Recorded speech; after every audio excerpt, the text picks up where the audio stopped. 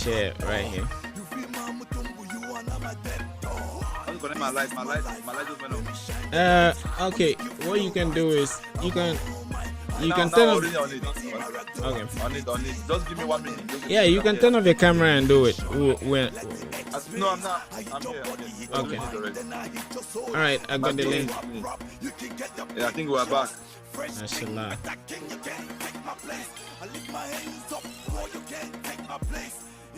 I don't know, man.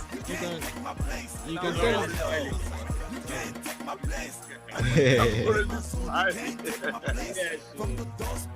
Okay, I'm sending the link to you guys. I will send it on WhatsApp. So Danny, I'll send on WhatsApp. Isaac, WhatsApp. Okay, I'll share. So we'll share. Yeah, I can put in the group too. Yeah, I can put that link, the Facebook link, in the Energy Gang group. I put it there. Let me send it, Isaac. I hope that the admin is not gonna come and say, "Oh, you're not supposed to share any link here," only for them to see that is Danny's link.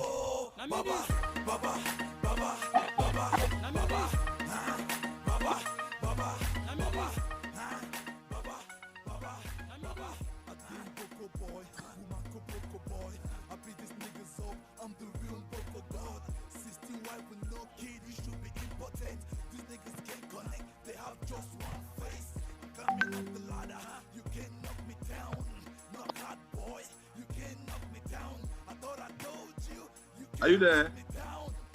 Yeah, I'm here. Yeah, we're here. Yeah, I see you've shared it already. Nice. Oh, we have 5 people already. Hey guys, thanks for joining. And shout out to Chiri. Yes, today we're chatting with Pa Cry. We'll have to try so that he doesn't cry. But whoever is joining, please feel free to drop your name, city, so we could do shout outs. So Danny's streaming live from Cameroon, Isaac from Abuja, from Niger, and then me from College Park, Maryland, USA. So Isaac, have you seen the comments? There's one comment from Achiri already. Achiri says that Danny Green should be crying all through this session. Actually, you just want the guy to be crying like that. Free of charge. I don't want to start. Because if you start, you can't stop. I don't just want to start. Alright. We're live on Facebook. We're already live on Facebook. We're already live. Yeah. Have you shared? But yeah, we're warming up. Yeah, the link I sent to you, that's a live link. Danny, Isaac and I, Autopo Spaces, we have a machinery that it shoots. So we're live now on YouTube, we're live on Facebook, and Twitter, we just sent the tweet. Since Twitter is a very small platform for us, we won't send a small tweet. Danny. Yes, sir. Yeah, have you shared the link on your WhatsApp, on your Facebook? He did. I've seen on. I've shared it on my Facebook. Let me. Yeah, Red guy. I too trust you. Where is it? Other Danny. Let me look for it. Yeah, so we'll just take this time to warm up until like a couple of people join. And if you watch this video, I'm gonna show you. Okay, well, I'm seeing it right here. Yeah, right. Yeah, that link I sent to you, that's a live link on Facebook. So we'll just warm up a little until a couple of people join. Although I see a couple, I see like 13 people. So hey guys, thanks for joining. Please feel free to drop your name and your city so we could do shout outs. Yeah. Let me share on my Facebook too. You right from Facebook. I think we're cool to go, man.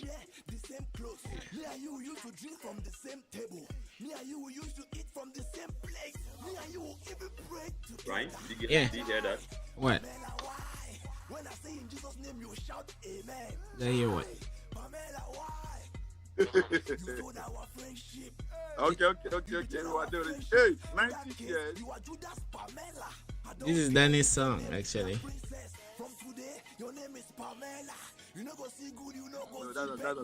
an old song. That's an old song. Yeah, it's an old song. Danny, I can't see you. No, I'm sharing. You sharing? Me too, I'm sharing. 1, 2, 4.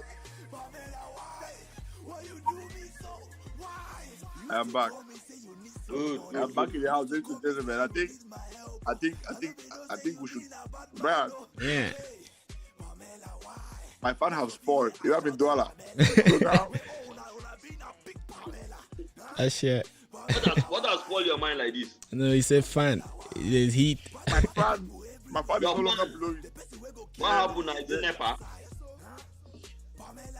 No, what happens here is more than NEPA.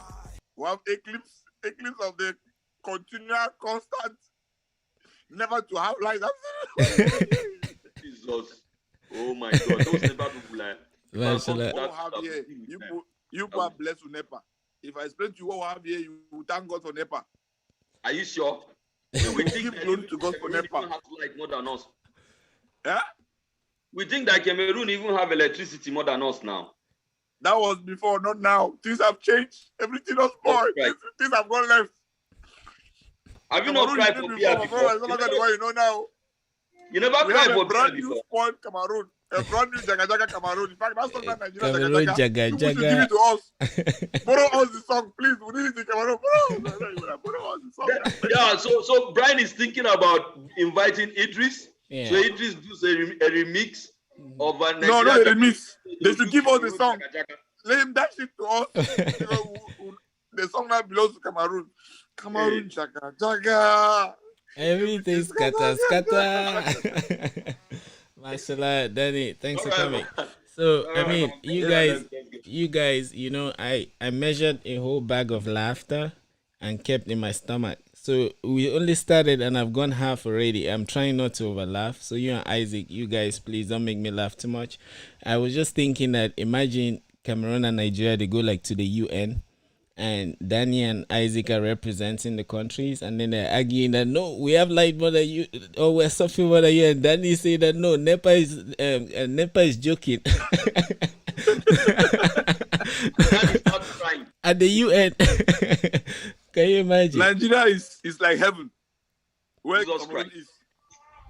Yeah. I think that is an overly statement. No. Every day. People are dying here of hunger every day. In Nigeria. I'm telling you. Of hunger, we're dying of bullet. Here. It's bullet. Bullet is killing us here. Not even hunger. Better than hunger than bullet. Imagine sleeping in your house and then you receive bullet and die. Yeah. For nothing. That means you're sleeping. And then Yeah. you continue sleeping and keep sleeping. Yeah. Man, it's sad. Better than hungry. When you're hungry, you can drink water. But this one, you cannot even eat. You see food, you cannot eat it. Tension. Anytime you can die. At any time, see, you can die. Anytime. At any time. See, Mashallah. He think sounds that like a movie- physicist. Okay, Danny. Let's on. Yes, You have a lot of fans in Cameroon, right? Nigeria Yes, and all over Africa. I'm sure Yeah. these are I have fans. I have fans so much that I'm feeling cold during the You're feeling afternoon. cold. On that sun, I'm feeling cold because of too much fans. Stop crying. You know, Stop crying. you Let know, me tell you something. My fans Yeah, are blowing me. Calm down. Small. Let me tell you something. Okay. Let me tell you something. Yes, Let me sir. tell you something now. I'm hearing, sir. I'm hearing. Uh-huh. I'm hearing. This cry. Talk to me. This cry Yes, where sir. they cry. We want to Yes, sir. understand how did you become a comedian that mastered how to cry? Or you then born you as your mama born you come up for belly, you start to cry. Yeah. Come again, please. I'm begging you. Come again. Oh Jesus, don't make me cry. Don't make me cry. Oh yeah, wait. No, don't cry. Don't cry, please. Don't cry. Okay. You know Sabi Boneface? You know Sabi Boneface? I'm trying. Correct guy. I'm trying. Okay. So the green, basically, we like you to take to tell us your story. You know who you are. You know how your growing up was, and how you got to become an entertainer and a comedian, and how you got the tool. You got fascinated, and you're using the tool of crying in your art. Please don't leave anything out from your, as much as you can remember, primary, secondary school, and all of that. Just tell us your story, your journey. Okay. First of all, I'll start by saying a big thank you to the mother working at the World Bank. The mother is printing money. The person who is in charge of sharing currency across the world, Mr. Kobe. Isaac. May God bless you for creating top of spaces. Even though we don't have space, we will thank you for creating top of spaces. Yes. Mashallah. All right. And thank you, Baba Lawo from Lagos, Nigeria. Thank you guys for having me. Thank you guys. All right. First, my name is Tembu Daniel Ebere. Yes. You might want to ask me why Ebere. Ebere means mercy of God. Mashallah. My mother is a Nigerian. My father is a Cameroonian. Yes. But I was born and I grew up in Nigeria. When I was a kid, my father used to be very rich, but he was duped. So they robbed him of his property and his company. He became the poorest man on earth. And then he left me and my mom. So I grew up with my mom as a kid. Life was difficult. Long story short, life was so difficult in a way that I don't know how to explain it. I don't know. You know, a single mom bringing up a child, a son. It was so hard, so very hard. I'm asking myself, what's going on? I don't know. You know, my mom used to wake up, we'll get up in the morning, my mom she put water in a plate and give us a drink and she says tea. And then she will pray and say, God bless and sanctify this food. May it be a nourishment unto our body and may we use the body to glorify your holy name. I'm like, what's going on? What is this? Mashallah. And then she expects us to drink that water and go to school and come back in the evening from school with water. You know what happens? It sounds like a joke, but we'll drink that water every day. It's as if we're eating 50 bread. We go to school, we're stronger than children who eat and have money. You know, my mother is very religious. So that pain, those things that grew up seeing made me to be so strong in the way that at times I cry, at times I break down, I cry until finally I finished my junior WAEC and senior WAEC, and I wrote the JAMB. I passed in Nigeria. Then I had to look for my dad. I had to come back to Cameroon to look for my father. That was 2008. I was supposed to go to the University of Imo State, IMSU. I decided to come back to Cameroon. I'm like, people in Nigeria are calling me foreigner. In class, they're laughing at me, foreigner. Even though I grew up with these people, but they know that I am not part of them. So they used to insult me. Okay, when Cameroon is playing Nigeria, like in the African Cup of Nations, I'm supporting Cameroon, they'll beat me. They'll beat me. I mean, not beating. I mean, they'll beat me mercilessly. Like when Cameroon used to have a very strong team. They used to win Nigeria. So when they win Nigeria, and I'm shouting, oh my God, they will cock my head. So I was living in Nigeria. As I was born there and I grew there, but they treated me they identified me as a stranger. So imagine that pain. You speak their language. I have A grade in Igbo language. I speak and write it. But yes, they still make you to understand that you are not part of us. Forget that we are here with you. Okay, you don't have a dad, you don't have an origin, you don't have where to hold your hands, you can't even have a better pose. Like, whatever you do, there's that hello stranger in it. Yeah. So, oh my God. I virtually have nothing. So I decided to come back to Cameroon 2009. I was coming back as a broke kid, nothing, no achievement, nothing, just my certificates. When I got here 2009, they said, what I have is Nigerian certificate that I cannot go to the university, except I have to wait a year for them to convert the certificates to Cameroon GCE before I can be able to go to university. I said, why waste time? Why would I be waiting for a year where I could just go in and write the exam and pass? They say it's difficult. You know, education in Cameroon is kind of difficult than Nigeria. You know, they don't joke here. I say, no problem. Me, if I don't joke, since one kill me. Yeah, I went to Form 5, 2009. That year, I was in Form 5, going to day school in PCHS, Mancon, one of the most popular schools in Bamenda. I was going to day school. When school closed from 7 a.m. to 5 p.m., I moved to the evening school. Means I was attending a lower seat class and attending Form 5 class at the same time. So I chose school at 11 p.m. So things were still so difficult. But yet I still passed that year. I passed and then moved to opposite. It was it was like a miracle. Yeah. But I know that the saints want to kill me. So I moved to Upper Seat. The next year, 2010, I see passed. And then from there, I just got a scholarship to go to a medical school. And in my first year in the medical school, I looked at where I was coming from. And then I couldn't help every day. I used to cry. I think about how far I've come. So when I'm crying, my neighbors are laughing. They say, why the boy cry so? The boy they're laughing mercilessly. Like I'm seriously in pain. Like I see like this one talking and I start crying. It's funny to them. That's okay. These people are laughing at this thing. Maybe I can turn it to a joke. So there was one day now, my classmate, that was 2014 in the university. My classmate Vahid, he's a Muslim. He was sick. He was really sick for like a week.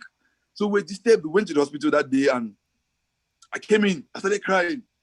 Vahid, no way. Vahid is sick. Vahid, no way. And then he got up and started laughing. People in the hospital started laughing. Nurses. The video went viral in school. You know, it was a university. So you have classes like WhatsApp groups. Yeah. So the video went viral in the class WhatsApp group from level 1 to the level 400. So it was kind of viral. The next day, people were, you know, I'm like, wow. So this thing actually made people to laugh.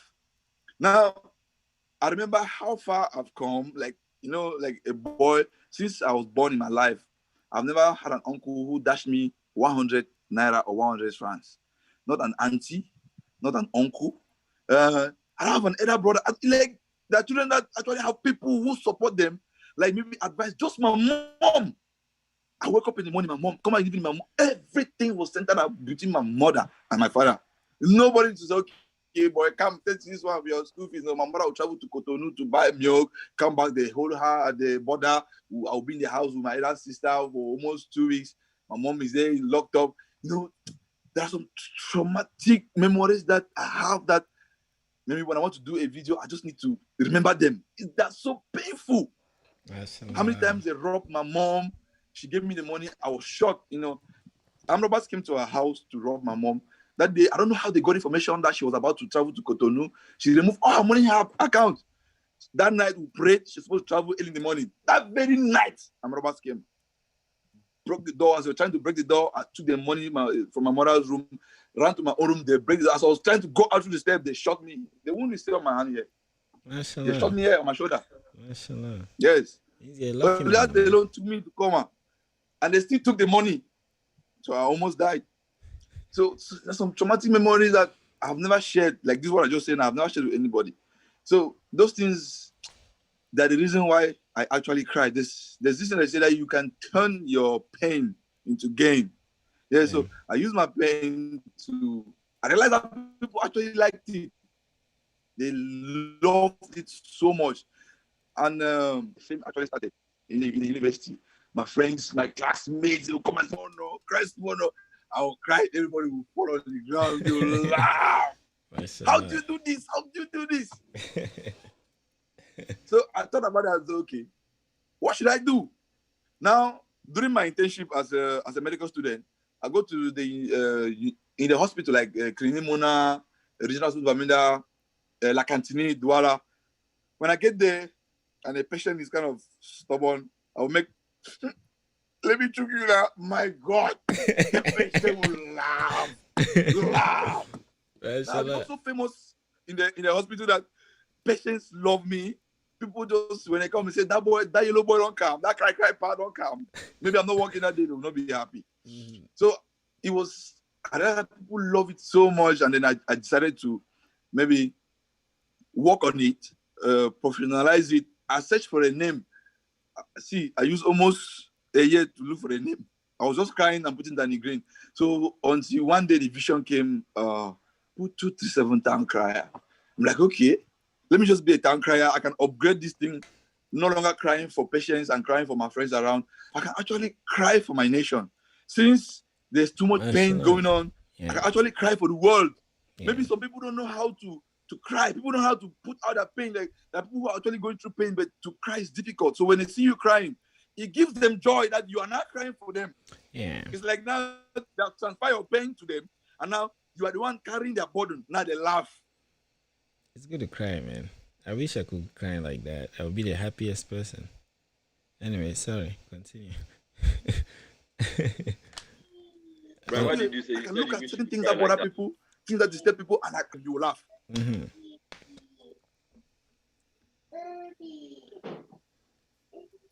Mashallah. I think the Are internet. we there? Yeah, the internet back. Keep going.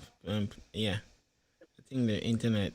Oh yeah, village people were Are we after good? you. Yeah, we're good. Yeah, you can continue. My village people are trying to interrupt. Yeah. So anyway, you have more energy. We'll get to that. So please continue. So I realized that if a person has a problem, like if you have a problem that's bothering you, maybe you have a bank loan bothering you. If you see somebody crying about a bank loan bothering the person, you will now laugh and forget that you actually have that kind of problem. You'll be like, wow. Yeah. So I started now to be crying about people's problems, and that's how Cameroon problem became my problem. I started feeling the weight on my shoulder. People's issues became my issue. And that's how I gradually drifted to become a philanthropist. Started doing charity organizations. You know, when you cry too much about people's problems, the affection, it automatically becomes like they're transferring their pain to you. Yeah. Now it's hard for me to sleep. It's hard for me to even actually be happy, like real happiness. It's difficult for me because all I see and think is problems. Problems. My GM, this one happened, this one happened. People now they now look up to you. This one happened. They don't know people are not coming to your GM. You know, even when you close your eye to sleep, you see problem. To sleep becomes a problem. Now me and people who are in America who are having the same time. When American woke up, they see me for up. If you want sleep, are they up? So I already know what's happening. You mean you're a modern man? But the only good thing is that it doesn't weigh me out. It doesn't actually weigh me out. It makes me feel satisfied that I am doing something. I'm changing people's lives. I'm impacting in lives. When I walk in the street, you see people shouting, holding you, you see the joy in them. Like there's this joy you feel when people meet you on the street. They're like, oh my God, you know, there's a satisfaction that comes with that. It's not just about money. No, I'm very broke. But there's a satisfaction that comes that you are making people's lives to be beautiful. It's so satisfying. That's the reason why I went into the medical field, to make people's lives beautiful. And I'm so happy that I'm still doing it, crying. I'm so happy that I'm still doing it, being a comedian, making lives better. So at times I tell myself that I'm not just a comedian. I'm more like a revelation, a prophet. More, I don't know, something more, something bigger than just being a comedian. Mashallah. Yes. Mashallah. Something bigger, something. My manifestation have not begun. I know that I've not started my manifestation. My mandate is just blinking. You're still warming up. By the time you will start, no. The mandate is still making twing. You're still warming up. It's like you come No, to the stadium. We're doing warm up. Yeah, you come to the stadium. You're still warming up. You're still even started. No, I'm not entered the field to play. Yeah, By the you're time, still warming up. by the time we'll kick off. No, Mashallah. Ting. So when I graduated as a radiation technologist, because I do X-ray, mammography, CT scan, anything that concerns detecting any problem within your body, yes, that's what I do. I'm a specialist in that, especially the female organ, sonography. That's what I do. So when I graduated last year, I think it was August 2019, I graduated. I thought of, what am I going to do now? Am I going to just be a worker? Because I was supposed to work in the regional hospital in Bermuda. All right, I was being paid. Okay, how much am I being paid? All right, by a month, I'm going to give you 150,000. Your house rent is 100,000. You have 50,000 for a month.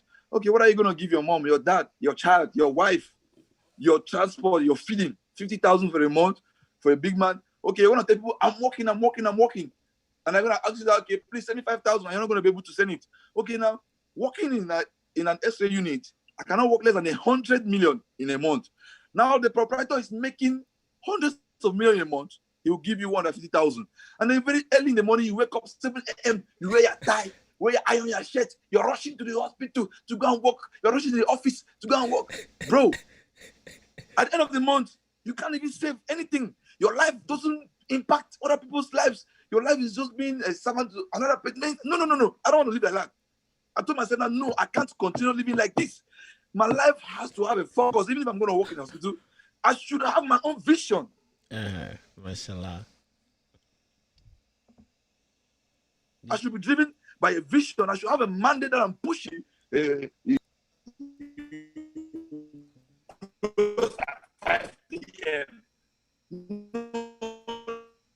Don't do like this. Don't know.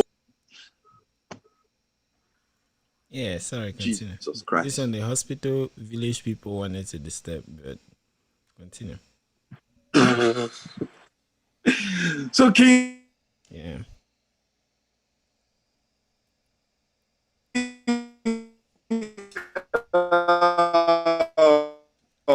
I'm a brother because hello. Yeah. Hello, yeah, we can hear you. Okay. It was a tough decision for me. I looked around me, I looked around my country. I'm like, how many youths are actually being driven by vision? How many do we just wake up in the morning, eat, and then relax and do stuffs and then sleep back, wake up? Are we just alive or are we living? This bothered me for some time. It took my mind off. I was thinking, what am I going to do? What am I going to do? I need to be living, creating impact, not just to be alive in the highway day. We take one man, we just drink 2 bottles of beer and life goes on. No! I said, no, I'm not going to live like this. This is mediocrity. I'm not going to be part of it. You see, it was difficult for me. So I stopped the hospital work. I stopped. I told my boss, like in the hospital, Dr. Nick, I told the wife, I told him, I'm not going to be able to work again anymore in the hospital. They said, why? You are good. No. What are you going to do now? It's okay, don't bother.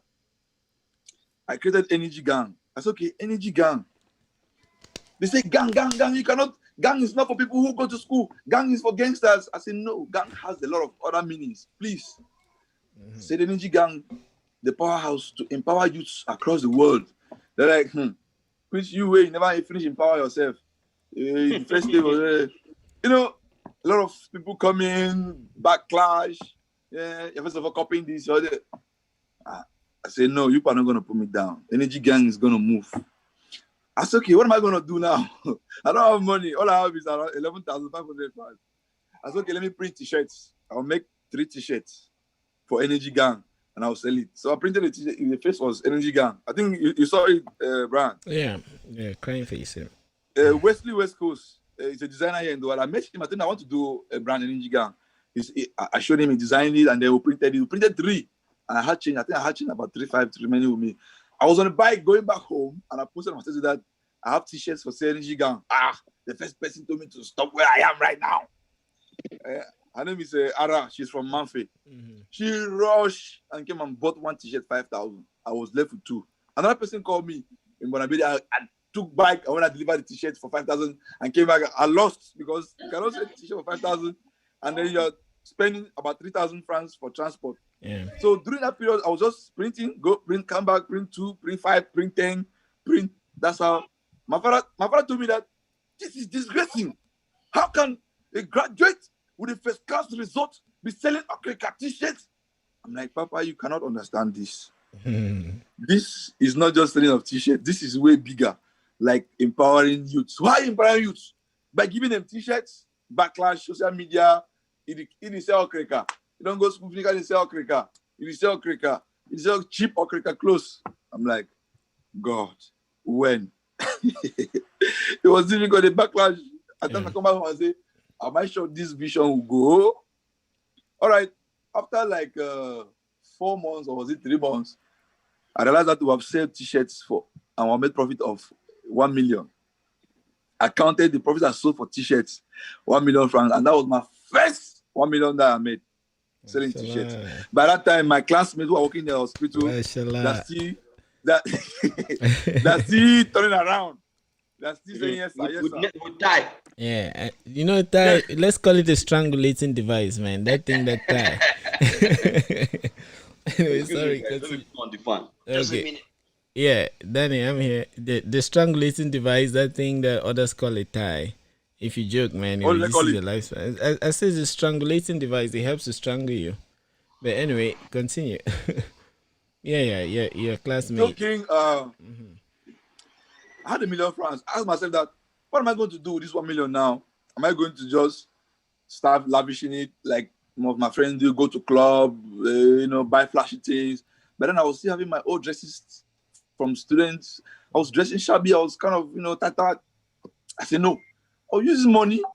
I'll go to the orphanage. I use the money and go to schools and house, because that time we have a lot of IDPs that came from Amida to Douala and Yaoundé. I said, these children, some mothers that have 2 children that traveled from the war zone and came to Douala, they are trying to put their children in school. It's difficult. I think I better use this money and help them. I personally went to the market. I bought books. No, before I went to the market, I had to go to the schools. I contact them. I took bike, traveled with Dr. Derek. Dr. Derek, who is still working with St. Louis University. I traveled with him. We went from schools to schools, got about 10 schools. We told them that, please, can you just write down the names of students who they lack books, they have not yet paid school fees, or they have paid half. Those who don't have uniform, those who have shoes, just write the list of them, please. The school institution should be the one in charge, because they know the children that have not yet paid school fees. And those who need what they need, maybe pullovers or uniforms, they should write it make a list and then give me. That's how we can provide the ones that we can provide. So these 10 schools, they did that. When I bought the books, they gave us their book list. Bought the books, 1 million, finish. When I shared the book, we're saying, you don't have money and you're doing charity. Are you crazy? Mashallah. You're not even top 1 million richest people in Cameroon and you're doing charity. I told them that God uses the foolish things to confront the wise. I don't know what's happening. I don't know what my father did, what my forefathers did. I don't know the kind of crimes they committed. I don't know what they did that might be affecting me, because it's clear that the sins of the fathers at times follow the children. So you got to do things that might even reduce, maybe, I don't know, things that nature might even smile at you. Yeah. Things that might clear your road in future. I saw the revelation, I saw the vision. I said, no, this is what I have to do. The moment you make these children to be happy, the moment you help them to secure their education, there's no way, let's forget about God. Nature itself has to reward you. For sure, that's it's fact. There's no way you're going to make people's life to be beautiful and your own life is tattered, or your own life is not beautiful. I was 100% full of faith that what I'm doing is going to pay me back, maybe one way or the other. By that time, I was doing that. Nobody cared. Nobody even knew what was happening. Just a few people. It's just not that maybe I'm kind of popular. That time I was not popular. So I did that. Then on my birthday, I made some money again from the sales of my t-shirt.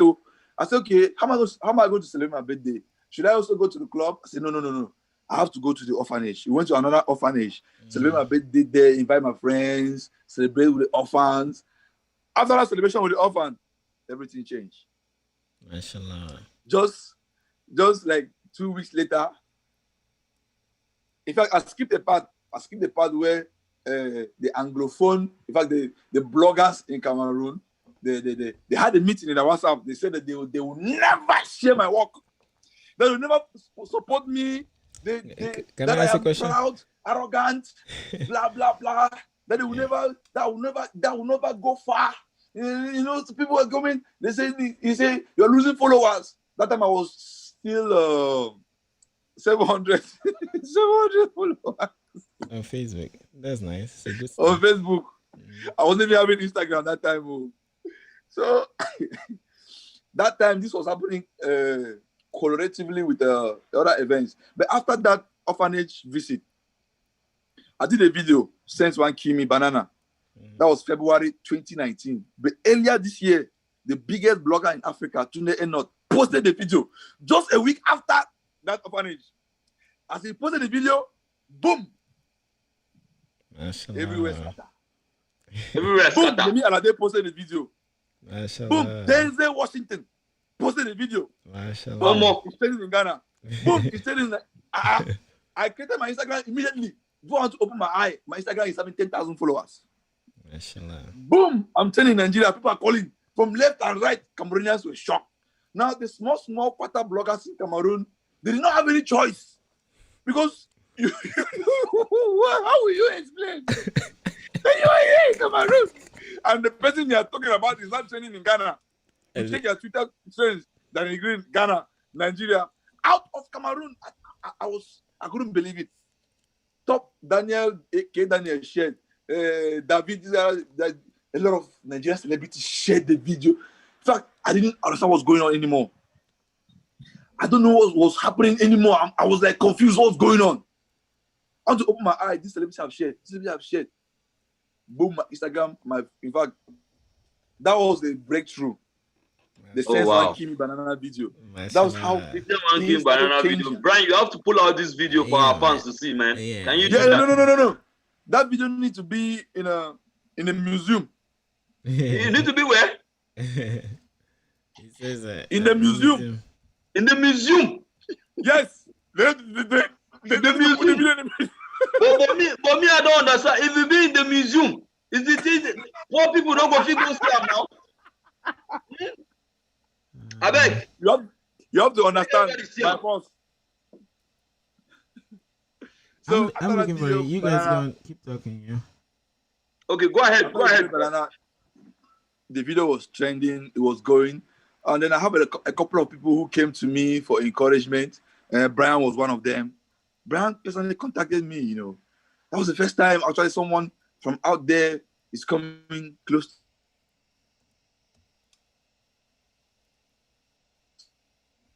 to me.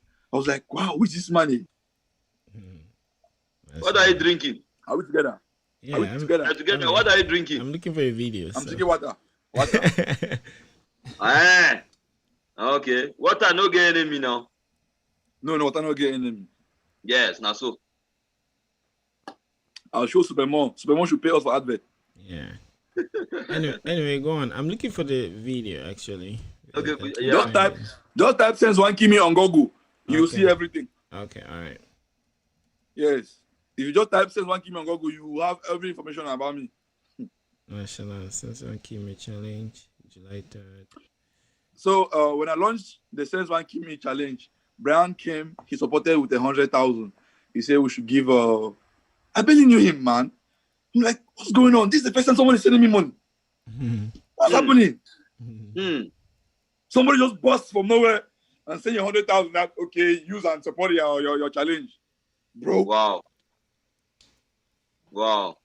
I'm not used to with people supporting me. It was strange. Did you cry? I'm not used to people supporting me. I sat in my room. I'm like, God, is it true? Is it happening? Some other people came, support. I'm like, what's going on? These people don't like me now. People don't used to support me. This broke kid that nobody ever helped me before. What's going on? So helpers started coming from left, right. People calling me. I see people doing videos in America, about 15 of them in a room watching my video. Banana. I'm like, what's going on? The rest was history. Love from everywhere. One make your banana, no spoil. Victor Kangu came. He advised me, okay, arrange your Instagram. You know, a couple of good people, you know, started coming in my life. A couple of people who actually cared, you know, people who helped to coach me and mold me into the, you know, that time it was kind of a novice, were doing things in a haphazard manner. So gradually, these people around me were molding me, advising me, you know. Now my father became my number one fan. My dad, my mom. Yes, my father now is the one asking me that, any new video? any new video? My brother was telling me that. Mashallah. That's how life is actually. My dad, he comes back. This is a testimony from my mother. My mother told me that when my father comes back from work, he will bathe properly, and then he will tie his towel and come to his room. And then he say, "Give me my iPad." They give his iPad. He goes straight to my status. Straight to my status. Pap, you watch it, come back again, watch again, come back, watch again. And then we finish. He's like, "Master, any new video? Upload now." Mashallah. It means you're a happy man, man. Nice. Yeah. It means you're a happy man. Yeah. Yeah. My dad told me that when he's gone, he's gonna be buried with Energy Gang. I'm like, really? Really? I guess the man in tracksuit up and down, white Energy Gang. He have kept it somewhere very nice. No, he's not going to dirty it. Then I got that. I'm like, God. So that's how Yes, then Popped up, and then after that video, there was another breakthrough, which is a Concha video, Concha Van Kanda, on a Christmas day when I cried that my neighbor cooked 4 chicken and then gave me beans That was the and first corn. I saw. Yes, that's the video that actually went platinum in Cameroon. But the banana video went viral worldwide. Yes, so that's my story. That's how I got here. Before I want to open my eye, I'm having endorsement deals. I've not done any professional video. I'm doing skits with my phone. I don't know how God just took this to another level. I do selfie videos like I'm holding my phone. I cry, say things. I realized that the day I knew that I've become a star, is the day that I traveled with my father to Limbe to go and check their compound. Operation Limbe Market. Every mother in the market. Well, yo, Conchaf boy, Conchaf in place of my father. My father was like this. Mashallah. That's why he became a huge fan. All mothers, because that video, all mothers were shouting, Conchaf boy, pack, cry, cry, pack, cry, cry, pack. People were snapping. That's when I told myself that, wow, I'm a star. Mashallah, yes, nice. I'm blue. Congratulations. I mean, just listening to your story, right? It gives me hope. You know, it gives me hope. It gives me hope. It gives Africa hope. Yeah. You know, that our pains are actually meant to be turned into glory. That our pains are energies that we can turn into glory. But how to turn them is now the question. You know, how to turn them is now the question. I am just wondering how you manage to turn your pains. You know, the pains of being segregated in Nigeria, the pains of being abandoned by your father, you know, and moving to a new environment totally. I don't know how you forgave your father, you know, but how did you convert these pains? Because your pains could be maybe purely psychological. Others are economy, poverty, and all of that, right? But pain is pain, right? So I like to understand, how were you able to convert these pains to something positive? Okay. First of all, I was not mad with my father because I understood him. I understood him. When you grow up to be a man, you understand. My father, he was a loving man, but life was difficult. He was duped. He was crippled. My father traveled to America. He was deported before he's coming back to Africa. They have sold everything that belongs to him. He doesn't even have anything. So imagine a man above 40 and then you have to start back life afresh. Yes. Even when I came to Cameroon here, I saw my father learning a trade. My father was learning how to be a glass man. Right in my eyes, my father was a boy to somebody. You can imagine the pain. When I came to Cameroon, I was living with my dad under the same roof. The house was leaking. In the night, when we're sleeping, rain is falling, we wake up and put bucket and then we'll hang at one corner. I'm not telling you something that live in Gomgam. The rain will fall, the bucket will flop, will go through one, then come and put it back. The bed will wet, the next day will dry it. With my father, he woke up, he was wearing one dress. For 6 months, he was learning how to do aluminum work. An old man while I was going to school. So I understood him perfectly. I don't have any problem with my father. When I came back to Cameroon, he was a 100% father. He took care of me. In fact, he saved me from addiction. My father would check my mouth every day. He would smell my mouth. He would check my back to make sure I'm not smoking, to make sure I don't make mistakes that he made, because he was a schooling smoker.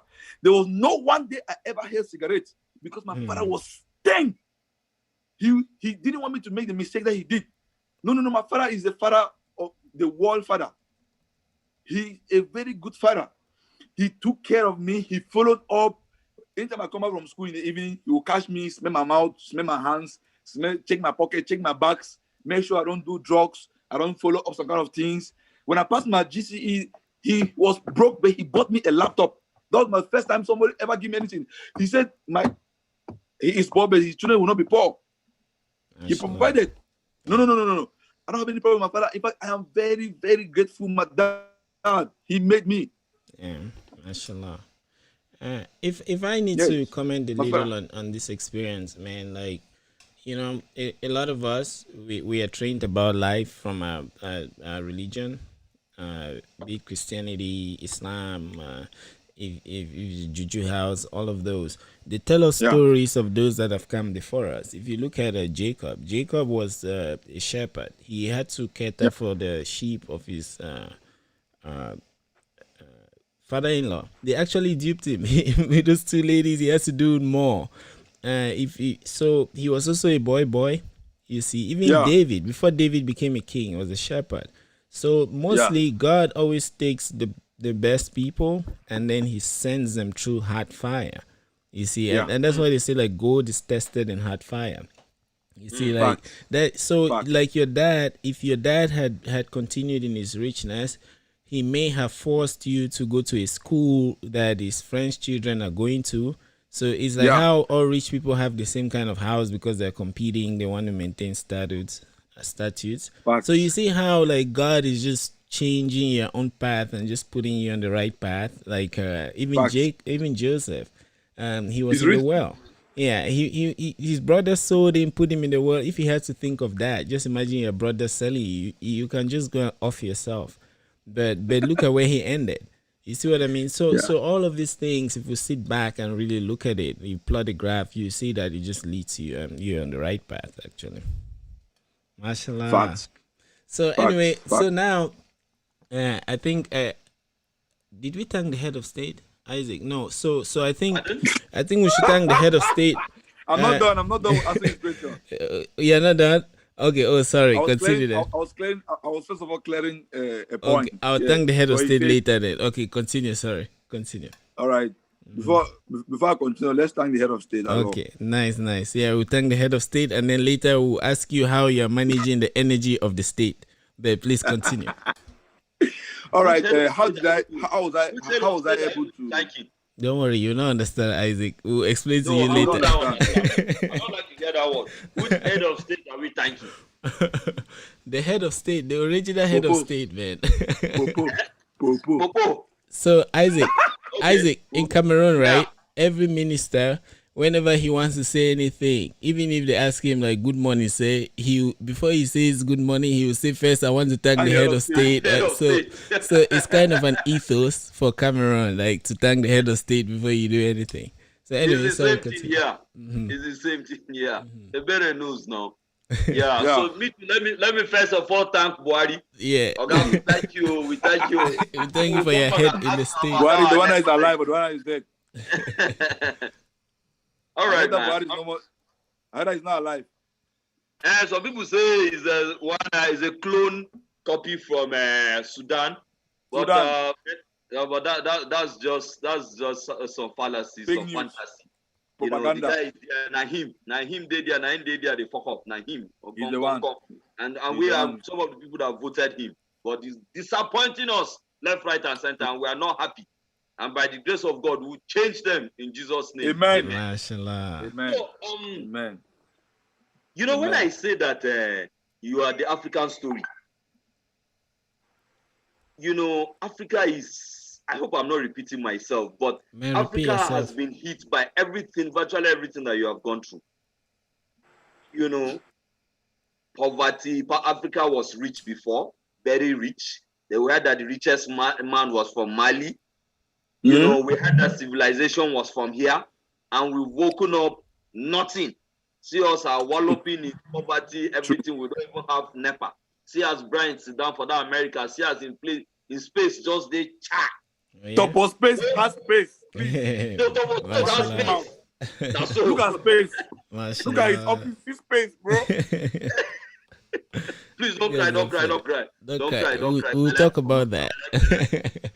So, Mashallah. so you know, I think you're a good example, you know, of how we can turn our negativity, you know, to positivity. I would just like you to speak more on that.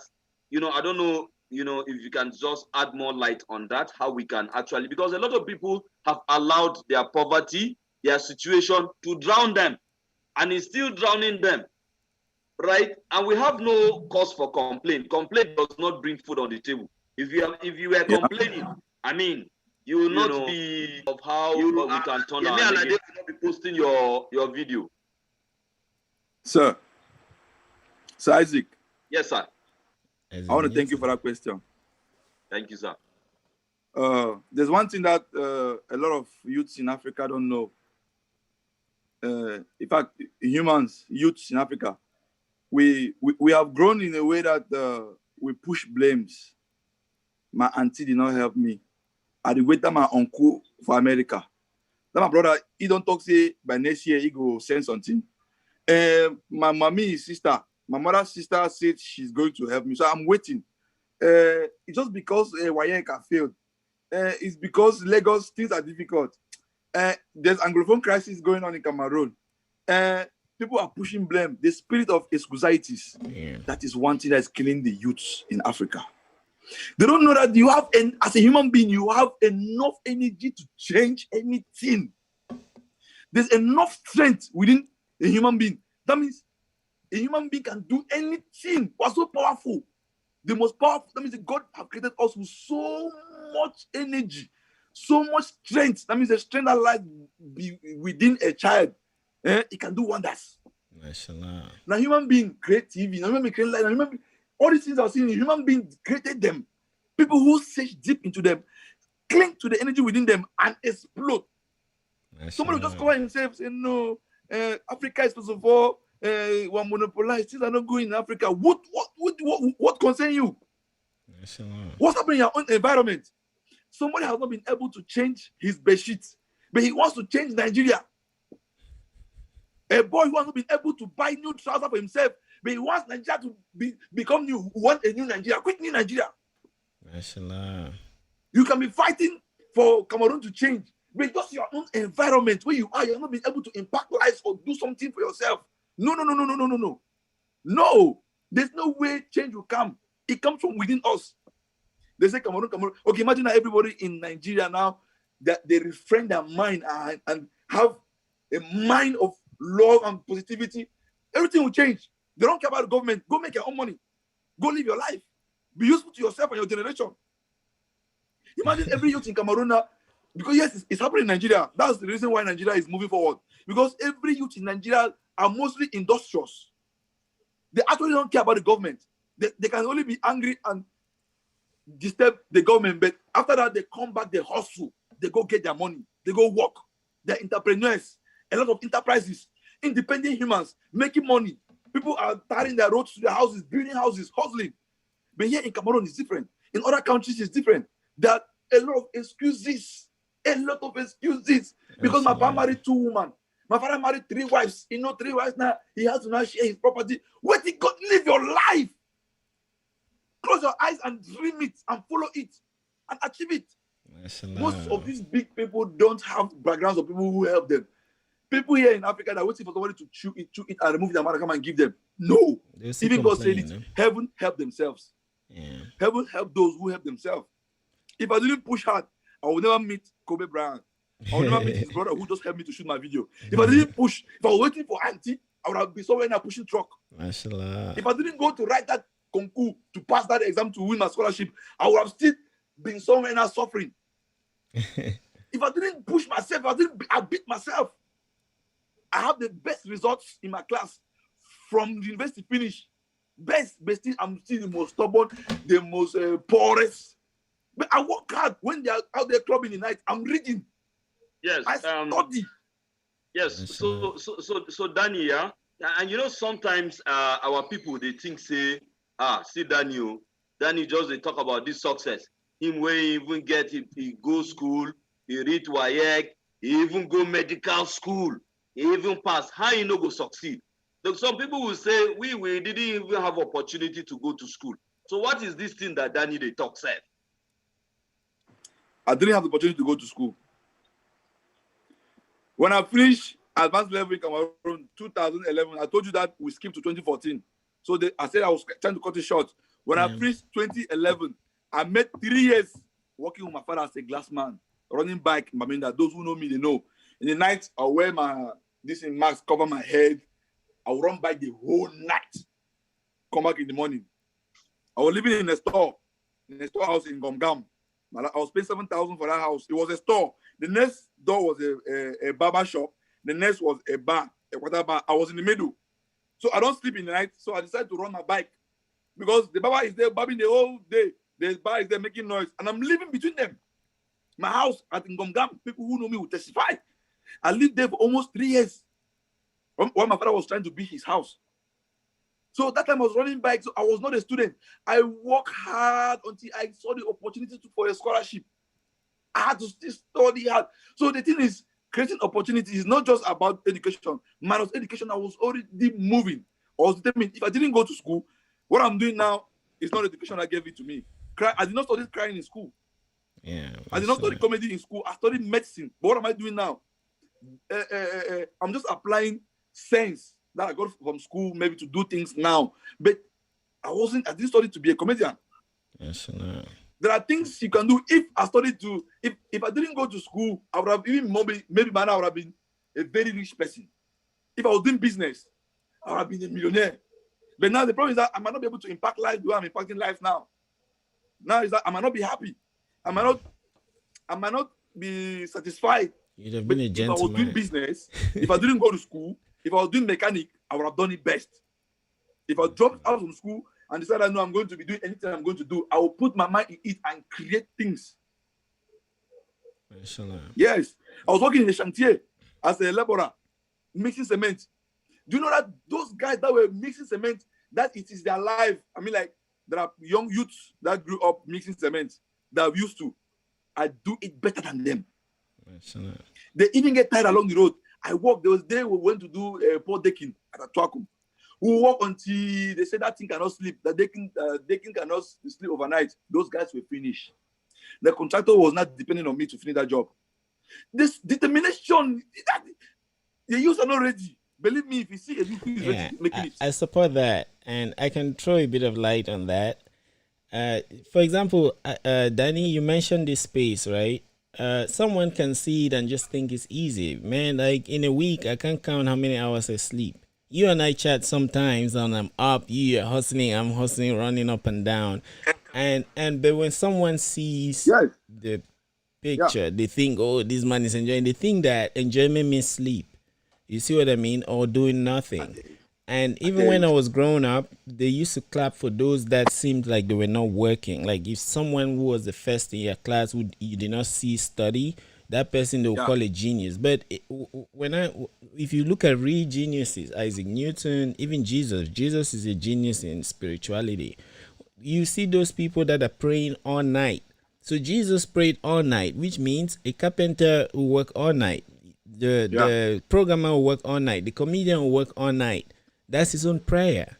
You see, so if we adopt that kind of constitution or that kind of personality, then I think would work. The real rest is in work. When you're doing your job and it's really beautiful, it's like you are reflecting some inner light from God. You see what I mean? So if we the youth learn to work hard, then we'll experience another kind of joy that will show at the level of the nation. Sleep is the enemy. How can you be sleeping for 8 hours, 10 hours? Oh, friend. What are you sleeping? Just to interject, Danny. For more than 10 hours. Sorry to interject. 2 days ago, my mother-in-law told me something that blew my mind. So she told me that. So I was holding my son under sunlight. So she told me that the sun is up every morning by 7. So sometimes it's 6 and the rest. Like as a Muslim, we have to pray before the sun, right? So, but the sun is up every morning. She says, "Who are you to sleep?" So I just wanted to say that before we continue. The sun is up every morning. Every morning is always there on time. The clouds may block it, but the guy is there on time. So sorry, Danny, you can continue. Facts. Yeah, Fasting. Yeah, so Excuse. Guys, go ahead, Danny. The solution is no excuse, because you don't have any excuse to tell somebody that this is why I did not make it. Never. The moment you decide not to have any excuse for your failure, that's the moment you start succeeding. People just feel so comfortable to look for something and attach to their failure. and then they'll be so comfortable. If not be my person, if not be no. When you decide that no, you don't have any excuse to fail, my brother, you are already on your way to success. Mashallah. How about the witches and the wizards that follow from the villages? See, Yes, so that one, I think those guys cannot actually stop destiny. Whatever is destined for, they cannot stop it. So if they're going to stop you, it means your spirit is not determined, or maybe you have made a mistake somewhere along the line. You need to be prayerful too. So that's something we don't need to tell somebody to do. If you are a native doctor, do it very well. If you are a Muslim, practice it well. If you're a Christian, whatever is working for you, whatever is going to. So, somebody called me some months ago. He said, "I dreamt that they killed you. People are jealous about you. Please, if you know you are not strong in prayer, go to a native doctor and get powers, or you better be praying hard though." I'm dreaming. So he was just saying it. I understood the person, because a lot of people are not happy right now that okay, you just pop up from nowhere and now you are even shining more than stars. You go to occasions, everybody's not turned to get your attention. Most people are not going to be happy. So the person saying that, he's telling me that, hey, go and get spiritual, this thing, go they should wash you, go they should. Nah. I say I'm like this. I believe that nobody can harm me. It's your belief that sustains you. Yes. If you believe that somebody can stop your destiny, then you will be stopped. But if you make yourself unstoppable, that still comes to the point that you need to tap down to your spirit. Because there are people that you will take their name to Babalawo and then it will fall back at you. Maybe they're not even prayerful, but the way their spirit is strong, they have merged their spirit, their body, and their soul are in one decor. You know, there are youths that are confused. You know, somebody is confused. He is doing this, but his spirit is not with him. His mind is that way. His soul is that way. You compose. I mean, you bring your spirit, your mind, your body, your soul. You bring them together. Nothing can stop you. Mashallah. But the moment your spirit is confused, your mind is confused. You are thinking about this. You are doing. You don't have a. You know, it's like a coherent. I don't know how to, like the laser beam. Yeah. It's coherent. It's converging towards. Yeah, right. Whether you go, which kind of Babalawo, which kind of village people, they can never see you. They will try, you know, go. But as long as you are on a sandy soil, you're making like this. They will just clear you. Mashallah. And as long as you're not stable, you're not strong enough, they clear you, you make so, you balance back. They jump you, you make so. They come, they jam you, you give them one. They'll tire. When they tell you 1, 2, 3, they give up. They don't say no, do one day so you strong. We know fee. So there's a need for us to tap down into our any the juju way we get inside we pass all juju. That's why some people things they do. You say he use juju. No, he's using his inner spirit. Mashallah. There are things you do. People say, the man use juju. But truly, you are not using juju. Well, so 50,000 t-shirts, you check the money is going up to 300 million. I don't even have to 20,000 right now in my account. But people look at you like you're using juju to say t-shirt. No. When somebody have tapped into their deep spirit, now they're saying that I've done money rituals. I went to Nigeria to collect powers to come and be shining in Cameroon. you know, it's very easy for us to convince ourselves. Like when your alarm goes off in the morning, that it's very easy for you to convince yourself and snooze it. You see what I mean? Yeah. And then, but sometimes, if like you were saying, if we have not merged our spirit and we are not focused, we will not even feel like, man, this thing I'm doing, how is it gonna affect me? You see, so it's easy for us to just convince ourselves, and that will not take us anywhere. But what I noticed too is that Cameroon is evolving, right? Like the education that we had, most of us had, is not really industrious. We go to school, we learn like a big book. People can quote you their textbooks, but when it comes to being practical, like taking that knowledge and fashioning it into something that you can deliver, I think we're lacking in that, but we're actually getting there. But what I noticed too is that Cameroonians in particular have very good taste, because look at our food. When you look at the food, look at Aaron. Isaac, when we go to Cameroon, right, you will not want to come back. Magni, I will be the one forcing you that, Isaac, let's go back. You say that no. So we have good food. Eru, Achu, all of those things perfect. Then when you're growing up as a kid in church, other state activities, you experience traditional dances that are beautiful. Like maybe in church, the youth choir or CWA or women, when they sing, it's really nice. So when you have that kind of background and you come to the world today, you expect very beautiful things. So most of us now as youth, whatever we try to produce, it looks like it's not enough.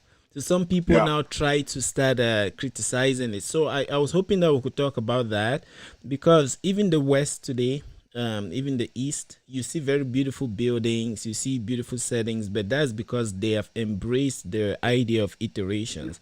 They understand that you should start from somewhere and then polish it, polish it, polish it, polish it until it's perfect. So in your journey, Danny, how what do you think we should do in embracing iterations? Because you, for example, you started with your normal phone videos, but there will be a time when you have 4K videos or videos that are really sparkling. So what do you have to say to those that are coming up about iterations and modifying what you have? That So, what do you have to say about the culture of modifying what is there? That we should not be perfectionists, in the sense that what is there, we should learn to make it better, as opposed to just being disappointed with any mistake that we find in something. Because I've noticed that's what is slowing us down as youths. We just want to jump from 0 to 1, or from 0 to 100, without understanding that you need to be fine tuning things little by little. okay, King. Thank you very much for that. Like I mentioned earlier, Yeah, I said when I finish my education, yeah, I asked myself, what am I gonna do? I took out time. Like I mentioned that. Take out time. What do you want to do? What needs to be done? How are you going to do it? yeah, It still comes to the conclusion. What we said about not bringing your soul and body together. yeah, Somebody who wants to be an artist, he jumps. Yeah, yeah, sing. Yo, yo, yo, yo, yo, yo, yo, yo. We'll drop tomorrow. He drop song. He dies. yeah. It doesn't make any impact. I want to travel abroad. I want to travel. You go and carry money. Pay somewhere. Go. They deport you. You come back, or they don't even see you. Wow. So now, what do you do? There's a process. What do you want? How are you going to do it? Where there are questions. Even when we do when we are doing research, Yeah. they ask those kind of questions. What, where, how, which technique? You need to sit down. Nobody goes to war. Even the United States of America, before they go to war, they study their enemy. Very badly. You take time, study. What needs to be done? Put them down. Know the steps. You don't just rush to war, rush to be an artist. You need to know that, no, you need promo. You need a manager. You need this. You need that. You need to job so. You need to do. You need to know. That's the reason why majority of artists are failing. Majority of comedians are failing. Yeah. But the thing is all about doing a video and posting. Yeah. There is a pattern. Okay, what do you want to do? What is the new thing you are bringing? Okay, which audience are you going to affect? In fact, what is your vision? What is the plan? How do you want to achieve this? Mashallah. You should have a plan, man. You have to have a plan. Okay, like Top of Spaces, before he launched, he had a plan. I hope so. We're going to be interviewing people to bring people, and you're sticking to that plan, and it's working. Imagine doing an interview, and tomorrow you are playing something else, like doing this, and no. It looks as if you are confused. Yeah, we thank Isaac for that. After thanking the head of state, we thank Isaac for staying on track. The results cannot come. Isaac, your when you audio are is not confused. working.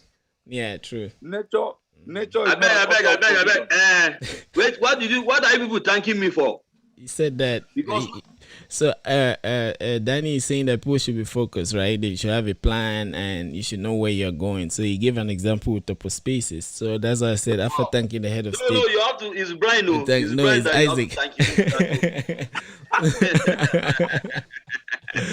you. Sorry, continue. Yeah, but I'm just happy that you are even using Topo Spaces and as an example. You know, it means that what we are doing here, you know, is being appreciated. It's good. Thank you for that commendation. Yes. Thank you. Okay, King, imagine a situation where a celebrity, someone who has packaged himself as a star, a younger one now comes to you and say, "Sir, please help me." And then the person will say, no, I cannot help you, or he will ignore you. But deep down, for real, the truth is that that person that you're looking up to like a star, that person cannot help you. He doesn't have the value. He doesn't have the ability to help you. But he has packaged himself like a star. Okay. He cannot help any other artist. Yeah. He cannot promote you. He's not able to help you. It's not because he has refused, because he knows that deep down in him, if he takes you to help you, he cannot be able to. Like people who have come online and brag themselves like the millionaire, you know, maybe posting, and then you ask him that, please help me with 10K. He goes offline. Your story. This man, you're really a comedian, man. You saw the picture. Because Isaac. man, you cannot give what you don't have. You need to put value on yourself. You need to invest in yourself. You want to be a comedian, you need to sit down, follow comedians, read comic books, know how to deliver your comic. In fact, there's a lot you need to invest in. It's not something you just start and no. Yeah. We need to plan. You need to actually have value. Imagine stopping me somewhere on the road. I will make you laugh. Yeah. At any minute, at any time, I meet people like this. You must. Yeah. You need to actually invest in yourself so you can be able to give out. That's why now companies are now coming. Deals are coming. Because now they know. Now this person is prepared. At any given moment, I can go off this video now and I create a viral video of training in Cameroon in less than 2 or 3 minutes. It's called that. Building yourself first. You cannot give out what you don't have. Mashallah. I have another question. Like now, you have hinted at sustainable development, right? In the sense that you have to develop yourself. You have to have a plan. Like you are not different from MTN. You're not different from Orange. And I think one of the first persons to really paint this is Stanley. You know, you remember back in the day when Brasserie, they invited him and then they put Brasserie's gears on the wall and everything. He tore them down that he's a brand. You see, yeah. So with that in mind, what are some of the other things that entrepreneurs today, right? People who have seen that they have this talent and it's through their talents that they would like to make money. Apart from planning and the rest, what are some of the other things that you think they need in order to really drive this sustainable development that we all need? Okay, King, there's a lot that needs to be done as a brand when you build yourself. Yeah. And then you realize that, like I told you, that it took me time to understand that I am not a star. Okay. Yes. It took me time. So when you realize that you now don't have you a telescope. Where was your telescope? Anyway, sorry, continue. You know, when 1 or 2 or 3 people lives become influenced by yours, just know that you are already a star. The problem now is that if the money is coming or not. But at that moment, there's a lot that needs to be done. You branding yourself, seeing yourself as a brand. You saw what you just told us what happened to Stanley, you know. Yeah. Okay, now a star that doesn't know that he or she is a star, that's already catastrophe. Yes. I can take example of Charlie B, the guy who sang Love and I Love My Baby. He blew up and then he messed up. I see. Because you are not ready. You blew up and then you messed up and then you from up there to down there. As a brand, because as an artist that are blown, you are now a full brand that people now come to you. It still comes to that, you need to invest in yourself. Really, really, really invest in yourself. Yeah. And then avoid praises getting into your head. Because they're going to tell you you're a world star, they will praise you, and then you're going to get the praise into your head, and then you become lazy. Yeah, and you're not going to be able to walk again. Yeah, that's why you are going down. That's what kills majority of stars. When the fame comes in, boom, I don't bad. I don't strong. He starts flying around, taking pictures. People are praising you. Yo, go. You're no longer walking. You lose your walkable spirit. That thing that used to trigger you to walk, you lose it. You lose the nutrients. So there's a need to stay focused every now and then. Focused. Reinvesting in yourself. Understanding that there's work. Even Wizkid is still working harder than most upcoming artists. Davido is working harder than upcoming artists. Then you have dropped just one song. Small girls in the quarter have started shouting your name. You have lose focus. Man, they just know you only in Douala or Bamenda. boom, you think that you're a superstar. No. Walk where you get them. A long past the River Nile. Mashallah. You need to stay in that walking spirit. Continuously. Don't let praises get to you. And don't let the hate get to you. In fact, you should even pray for people to hate you. But when they hate you, you keep walking. People like Davido have haters. Jesus had haters. Donald Trump have haters. Mashallah. And he's doing, when people get to hate you, you get to work hard. You get to become, the more the haters, the more you work hard, the more you become better. You have people to because prove. nobody hates what is bad. They hate what is good. In this world that we're inside. They hate Dangote. They say Dangote is a ritualist. Somebody has given all his wealth to orphanages and done most things. They say he's Illuminati. Man. You see? Yeah. So you need to always stay in the walking spirit. In the walking, don't lose focus. Don't. And if you're getting money, don't let the money get to you. I always like Whiskey because he's that kind of person that doesn't always talk. Like Brian here, good example. The millionaire, but he doesn't talk. Doesn't talk anyhow. What are you talking about, man? Lie, I don't be lie. With all the money that you have, you still compose yourself. Still behave like nothing. Am I lying, Mr. Isaac? Hello? Am I lying? Isaac. Okay, about Brian, with all the money he's having. Isaac, you remember? No, it doesn't make noise. You remember when they were saying in that Nigerians that they were saying, Mr. Chema, off your mic. So when he said that Isaac, am I lying? I was tempted to say, Mr. Isaac, off your mic.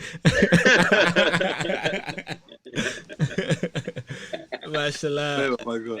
Mashallah. Well, Yeah. I mean, man, like, yeah, thanks for those thoughts. In my experience too, as a computer programmer and every other thing I do, I noticed that it's practice, like constant practice, and then looking up to people who are in the field. And one thing I learned is that I have this hero called Donald Knuth. He's one of the top computer scientists of today. So when I was reading his biography, that's where I learned the word all-nighter. So it means working all night. So he explained how to solve. He has taken a Turing Award, which is a Nobel Prize for computer science. He has taken all his book is one of the 12 books that are like monuments to humanity, alongside books like Shakespeare, the Bible, and stuff like that. And then I learned from him about all-nighter. So he doesn't sleep. So that's when I was like, wait, this man that has all these accolades, he doesn't sleep. Then me, 5 francs, I don't have. And then I'm living like a king. Yeah, I'm sleeping. So yeah, I get that. And thanks for that note. So the next thing I would really like us to talk about is it's good that we really paint a picture of an environment that will help all of us grow and blow, right? Yeah. So, for example, in Cameroon, some of us get disappointed because we try to work with people back home, but you don't see the drive and the push. And even you mentioned about artists mentoring other people. I was mentored. If you know Chachi Mambe, the guy who has Joku, it's a job search engine. Then in Cameroon, when I was learning how to program in the Catholic University, he used to teach me how to code, and I worked with him. He showed me things to do, and then I noticed too that when I see young people today who want to be mentored, either they go to bed early, or they sleep too much, or when I tell them something, they start arguing, or they think I don't know what I'm talking about. So what culture do we need in terms of mentorship in order to help push our country forward, especially you as after the head of state, you're the head of the energy gang. So what kind of energy do we need in the mentoring space, both especially from mentees, so that we can all learn and advance? King, like I said earlier, every youth was born with a vision. Every single youth was born with a vision. We all, as you are there, you have a vision that you were born with. I have a mandate. Mr. Isaac has a mandate. We all do. We were born with them. The only problem is that here in Africa, some conditions might limit our limit. Mashallah. Maybe yes, some things might limit yes, some things might limit us.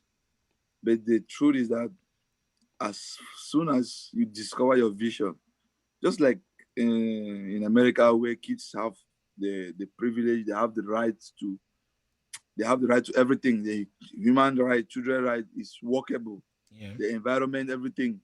But when it comes to Africa here, we exaggerate everything. Everything is exaggerated to the level that people now seek for solitude, where to transfer aggression, transfer their frustration. Some choose beer. Right now, people begin to drink a lot of beer here. People begin to do a lot of evil things. Being a witch in Africa is frustration. Yes. Nobody decides to be a witch. Yeah. It's because the person have tried to be good. It doesn't work.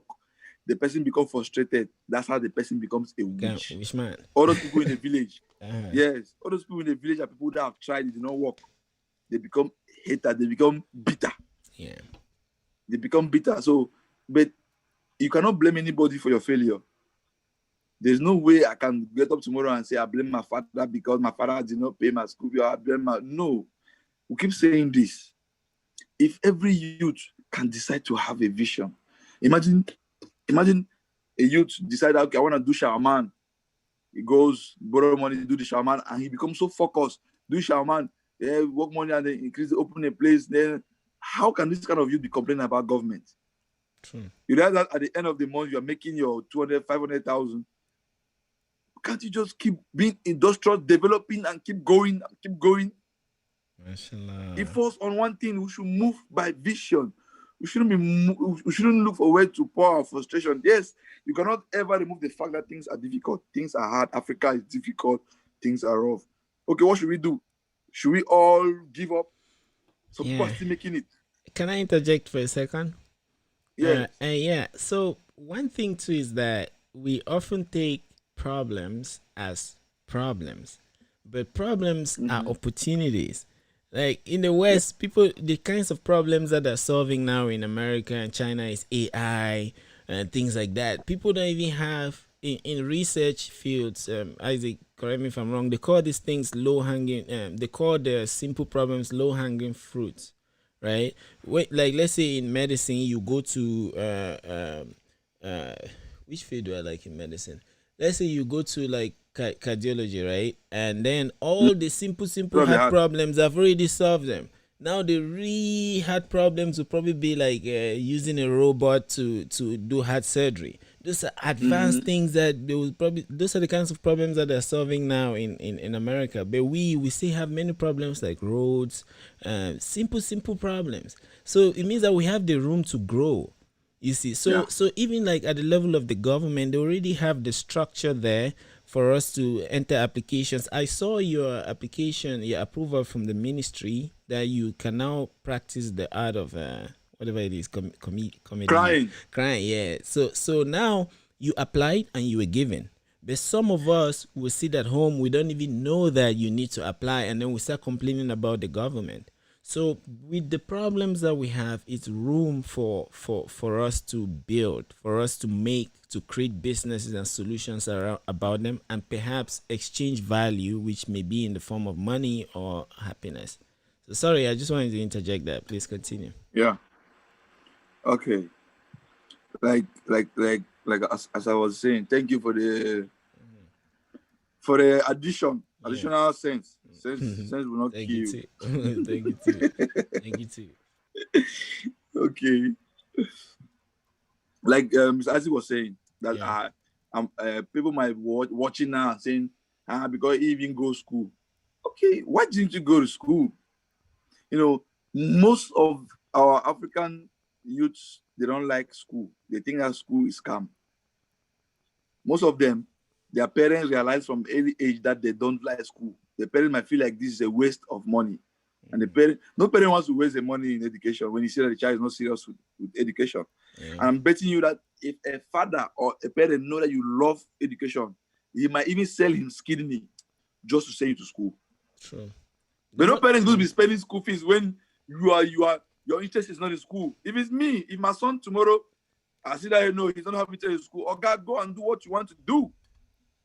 They will not be able to force you to be useful to your own self. Your parents will die and you'll still be alive. The good you are doing is doing for yourself. Most students don't know that until it becomes late. How do we inculcate this into our youth?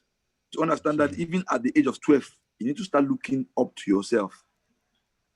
Picking also 25 years, if you give allowance, you are staying in your father's house, depending on your mother, eating your mother's food. It's something that is supposed to be shameful. 25, even 30, what am I saying? In Cameroon here, we'll have them plenty. 35. So we can even up it. Sorry, consider. Yes. Yeah. Swallowing her mother's food, his mother's food. So it's a whole stigma in Africa. Like, it's huge. Like, it's really big. Just few are being eliminated. Few people are being eliminated that understands that no. Like our education system. Do they teach these children industrialization from early stage? No. Tell them the truth. Don't be telling them that no, you finish school and then you go to government. No, government will not employ all of them. Start teaching them vocational training from early age. Teach them that no, you can do something with your life. You can create. Imagine somebody leaving the university and he still have a mind of carrying certificate to look for a job. No. Before you finish university, you're supposed to be able to know that no, you have something you're creating. Yeah.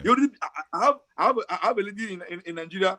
She was in Form 1 in year 1 university. She created a kunu, something milk, and she upgraded the kunu milk to something. I don't know how she did it. It was so nice. She was selling it in level 1. Before she got to her final year, she already have a whole restaurant. Mashallah. She's already a big woman. She finished her university and just go to her restaurant and expand it. Now she's richer than all her classmates. What are you telling me? You are telling the children to keep going to school. Which government will employ them? Tell them the truth from early age, so they can start planning. They can start thinking. Their brain can start working. Imagine when you finish school now, before your brain will start working. You are reading geography, topology, studying things. No. They should also know that no, this is Africa. You need to hustle for yourself. Yeah. You need to be an entrepreneur from early age. Imagine teaching our children entrepreneurship from primary school.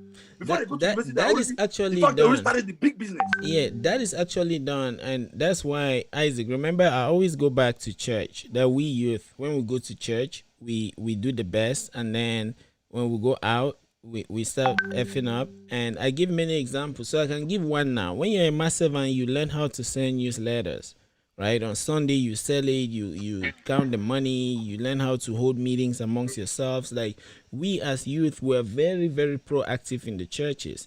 But when it comes to like participating in government and in our own lives, we forget those skills. When someone is in government, that's when he wants to steal. That's when he wants to be paid. Yeah. But when he's a mass servant, he does not really want to steal offering.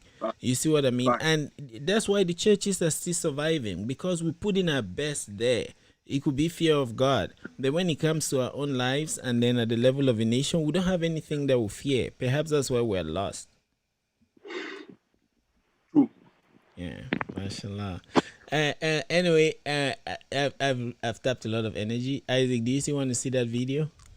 Why not? Let's banana. Let me jump to it. I need to share my other screen.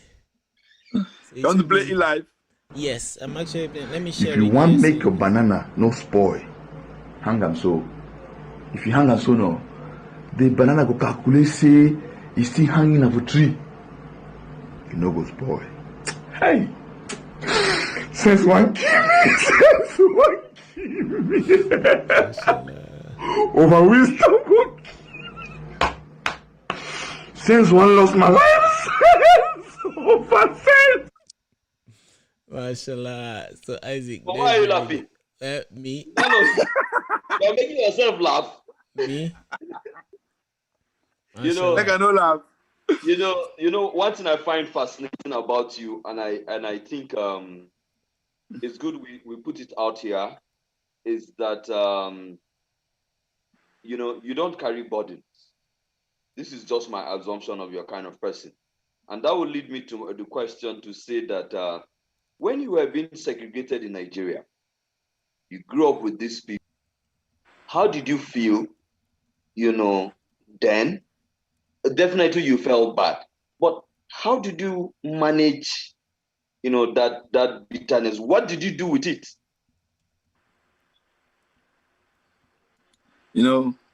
At first, I thought if I mingle myself with them, they will take me as a brother. I was being pained within me. I sort of always I could be part of these people.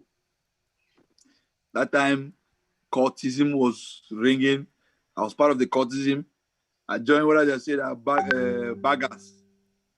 Learn other language, that things. I was with them, but at every moment, they will say, where's that Cameroon boy? Where's that Cameroon boy? I said, okay, maybe education. If I study hard, I'm going to maybe have good results at the government or the big people up there. They might take me and then they will realize that no, I am with them. I pass. Just one good results. In fact, I was one of the best students. When they bring a new student in school, the principal will call me to come to his office. I will read the reader. We're going to have readers. They call it readers in Nigeria. I will read, and the parents would be amazed. In fact, I was good because I was putting extra energy to impress these people too. No way. But actually, it was making me a better person because I was using the energy to better myself as I was struggling to impress them. Yes, I was trying to. Even I went to Alago school in Okporo. Due to that segregation, I had to leave the school because during break, the people come shouting Tombo, Tombo, Tombo, Cameroon boy, Tombo, Tombo. My name is Tembu, but they're calling it Tombo. You see? It's Tembu Daniel. They're calling it Tombo. Nigerians, we are accent. How they pronounce things. They be shouting Tombo, Tombo, Tombo, Tombo, Tombo, Tombo, Tombo, Tombo. No, so my father I had to leave that school. I was young at that time. I had to leave that school to another school. Yes. So have you forgiven them? That? Have you forgiven them? My fans now. Hey, what are you telling me? They're following my social media. They put me in a group. I'm in about 3 groups, school groups now in Nigeria. I went back to Nigeria about 3 months ago or 4. My God. Those people they're not looking for me. I think my YouTube is showing about 20-something% of Nigerians. Most of my fans are in Nigeria. Yes, I've reconnected with most of my childhood friends. They're the ones promoting me. In fact, I think I'm even more popular in Nigeria than Cameroon because I went to Lagos. They helped me to pull out a stunt. In fact, they paid my hotel. I stayed there took care of me. In fact, they are seeing me like a star. Yeah, so, but now they say it's good that I left. I went to my country to make it. Yes. Well, if I was still in Nigeria, I would still be treated like a foreigner. Well, but let me say now, do you in your art, use your art to speak about racism, segregation, and all of that? Because that's happened to you. Yes. I've done that during the xenophobia attack in South Africa.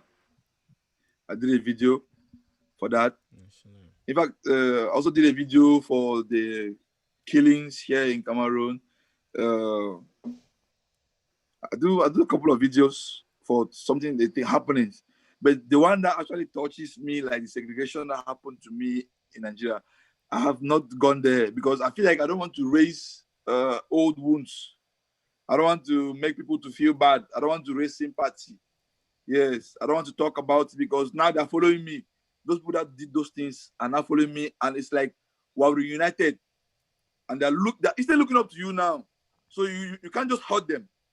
Yeah. Bringing it up is like you're throwing back their insult on their face. Okay. Yes, it might lead to something else. So we can just cover our eyes and pretend it didn't happen, and then we'll move on with love. But after all, I'm not in my country, and you're in your country, and we are good. Yes, and my country now loves me. Yes, tomorrow I might run for mayor. There's no difference. Me, I can win 100%. Now I'm recognized now in my own country. I even travel freely without even leave Cameroon. The way SARS are disturbing people in Nigeria. SARS naked me in Owerri. Yes. SARS naked me, took my phone, held me for almost 4 hours. And I did a video for that. I don't know if you saw the video. I did a video with Ysaro. I did a video to blast the Nigerian. I don't know if Brian can play that video. It's online. Yeah, we can look for that. Isaac, he faced a lot of backlash. I did a video for SARS. From Nigeria, and then it's not up to 2 weeks. The SARS protest started. Yeah. I followed that one actually. Yes. I did a video for SARS. I wore a Ysaro. It was about bad government because I traveled throughout Nigeria. I saw that Nigeria is just it's just a hype online. Nigeria has the whole of Owerri does not have a good road. The whole of Imo State does not have a good road. A whole state like Imo State has major roads are very bad. I'm not talking about bad, mud with water rain, like rural swimming pools everywhere. So SARS removed me from the car like a traveling bus. Just me, because I was looking fresh and nice. They pulled me out, collect my phone, remove my shoe, search me. And then I'm not a scammer. I've never, ever, and I will never. They searched my phone, they did not say anything. They did not believe. They said, no, this boy cannot be fresh like this, and he's not a scammer. What are you doing? I said, my doctor. They said, show your papers. I don't have any papers to show them, my doctor. They said, I'm lying. What am I doing? I said, Papa God, I don't die here. I want to make a call. They say, no, you cannot make a call. That you still bring my account for them to remove money from their POS. I said, what I have here is UBA Bank of Cameroon. You cannot move money from here. I'm not a Cameroonian, but I go to school in Cameroon. They say, no, blah, blah, blah, blah. Imagine if my UBA Bank was a Cameroonian, because in the card you have in Cameroon, you cannot remove money from it in Nigeria. They will remove my money. Sorry. That I was looking for the answers. That's the one where you had the prophet thing, right? That's okay. Let me show that. Yeah, Isaac. Somebody who is not a Nigerian actually testifying about the horrors. He's part Nigerian. He has it in his blood, man. No, what I'm saying, coming from somebody who is not from Nigeria. I mean, he's in Cameroon at the moment, Yeah, okay, I see. Testifying about this thing that... Like, spot this road. SARS! People have left your work. Let us see your boys. Like, spot this road. Like, international treasure. Like, the embassy money.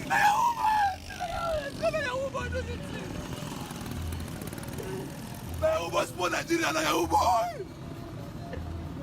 Oga police, your wife and your children are in the house suffering. You there? For you to cock your gun to shoot your boy. Ogun go kill you. Instead of you to fight for the nation, you are fighting against your boy. Instead of you to arrest evil politicians, you are testing your boy. Sense you don't get. Sense you don't get.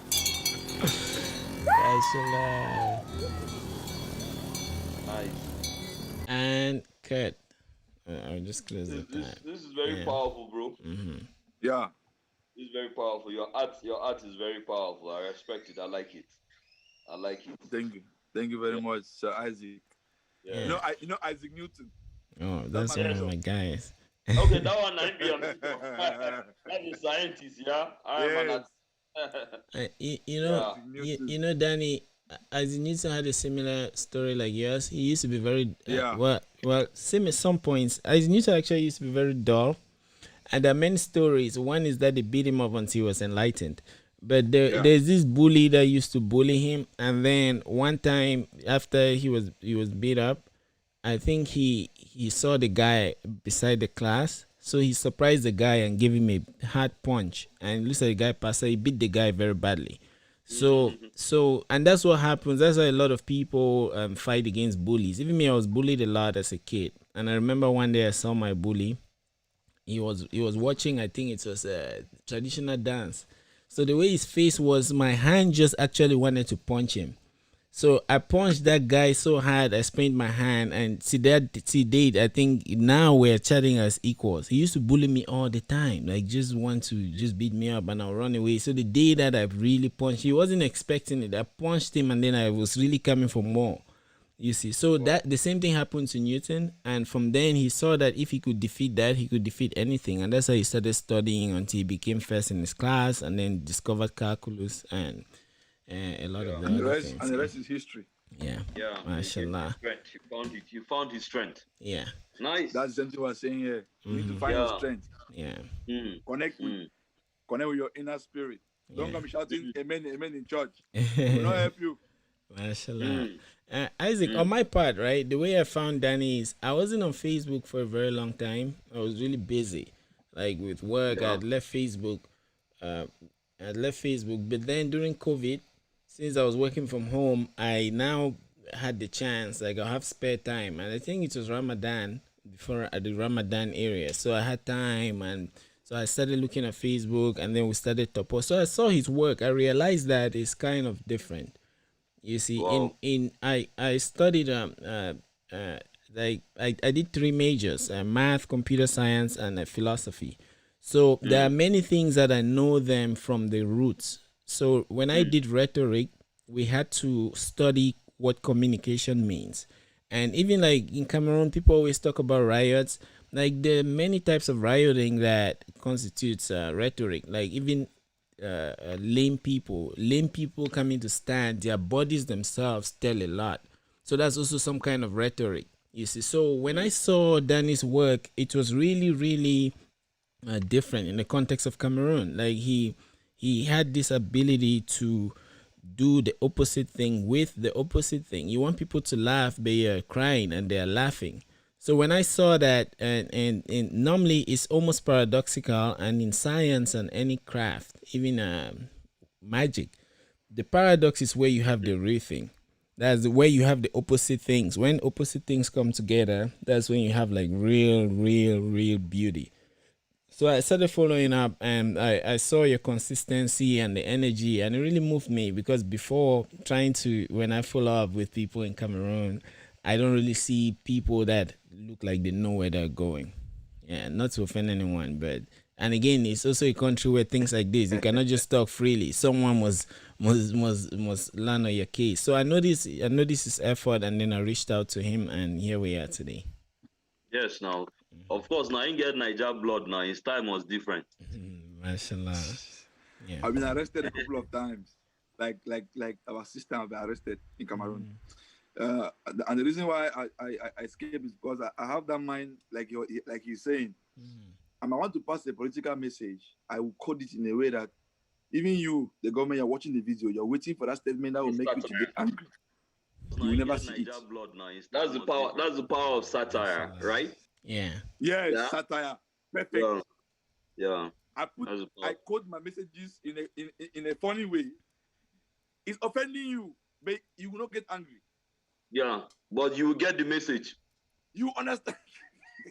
You know that this man is talking to you, but in a way Exactly. that It's just like when Idris Abdul Karim said when Obasanjo went to the UN, yeah. and the first time they played Nigeria Jaga Jaga, you know, he was taken away by the rhythm. He didn't pay attention to the He was dancing. to the lyrics, and he stood up and he was dancing Nigeria Jaga Jaga before somebody now went and tapped him and said, "Oga President," he heard the lyrics, you know. Yeah, so and that's the power of art, yeah. That's the power of art. It can penetrate and permeate anything, Yeah. you know, if you have mastered it. And I think you have Yeah. mastered Yeah, and also we've been talking almost like 1 hour, almost 2 hours, but I still have some things to cover. Also, in terms of your art, it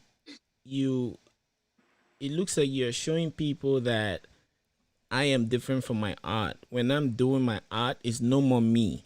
In the sense that if you think of you, then certain things like shame, whatever that means, shame, morality, all of those things come. For example, that you have had cases where you dress up like a woman, and a lot of people, like, you have backlash, and then you have to tell people that it's comedy, or you have to tell people that it's part of your craft.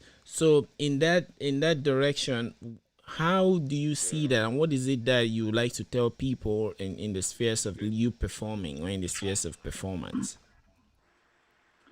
As an artist or a comedian, in fact, as an artist, you have to be versatile enough.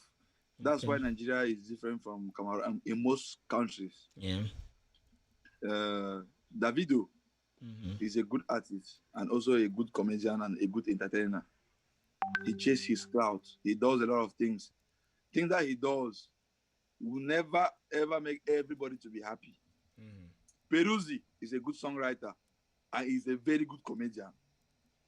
If you follow them, you will realize that majority of the artists in Nigeria are comedians. Don Jazzy is a comedian. Very funny, but he's a very good musician and also a good producer. So the things that he's doing, people love him because he's a comedian. People love him because he's a producer. People love him because he sings well. He has a deep voice. So if you do one thing, there's a possibility that you might not be able to satisfy everybody that loves you. Okay. But if you create a lot of personalities for yourself, it's not like a jack of all trades. No. Yeah.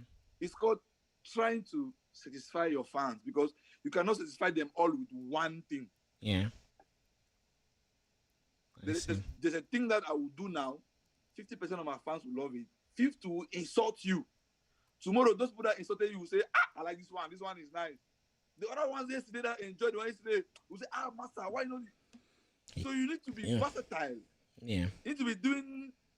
Somebody will come to you and say, bro, just like a woman, master, you see, you go funny, eh? And you doing that to please that people with that mentality. Others will not backlash. Yeah, right. People need to understand that they can never love everything you do at every time. It takes a level of die-hard fans now to people. As you are going now, you now make them to understand that this is the person you are, the kind of things you do. Now, most of them now will say, okay, master, this man need to do, I love him. Yeah, from 20% to 50%, probably now to 80%, because it can never be 100. Okay. There are people now that will love you. Even if you poo on yourself, they will love you and laugh. If you like, you knock your head on the floor, they will love you and laugh. They no longer care. So you need to keep showing them what you can do. Yeah. Because the person will ask you, tomorrow they will insult you that, master, every day one thing, every day the same thing. True. But the more you bring in the new things to them, they'll keep complaining until you make your die-hard fans. Fans in Cameroon, they are very difficult because they don't have entertainment mind. Yeah. They feel like they are the ones that they are the stars. Oh, yeah. The fans here feel like you have obligation to satisfy them. They don't know that most musicians are musicians because they want to satisfy themselves. They don't even know their role. As a fan, what's your role? Your role is to share, comment, and support. They don't know that. They think that their role is to probably insult you or give you. No. Before an artist wants to post something, the artist has a team that's giving enough opinion. You now, as a fan, your own is to share or comment. Yeah. Or say, wow, love this. Yeah. If you don't like it, don't say it, go. Yeah. That's why Nigerians have learned a way to appreciate. In Nigeria, they appreciate talent. No matter how small you are, the people know what the talent needs. They already know. You see one small boy dancing in the quarter. He's a big star in the quarter. Everybody is supporting him, love, giving him. That's why I realize that unknown artists in Nigeria are very rich. Just one show or 2-3 shows, people are giving them money. Because they know their roles. The population, the fans know what they're supposed to do. For real, when I've heard this thing on this show over again, and I find it a bit difficult or difficult to totally agree with that, because in Nigeria too, we also have that kind of pull down syndrome. People don't really appreciate artists like that. Most of the guys that we see here, they also really work hard to get there. The people try to pull them down.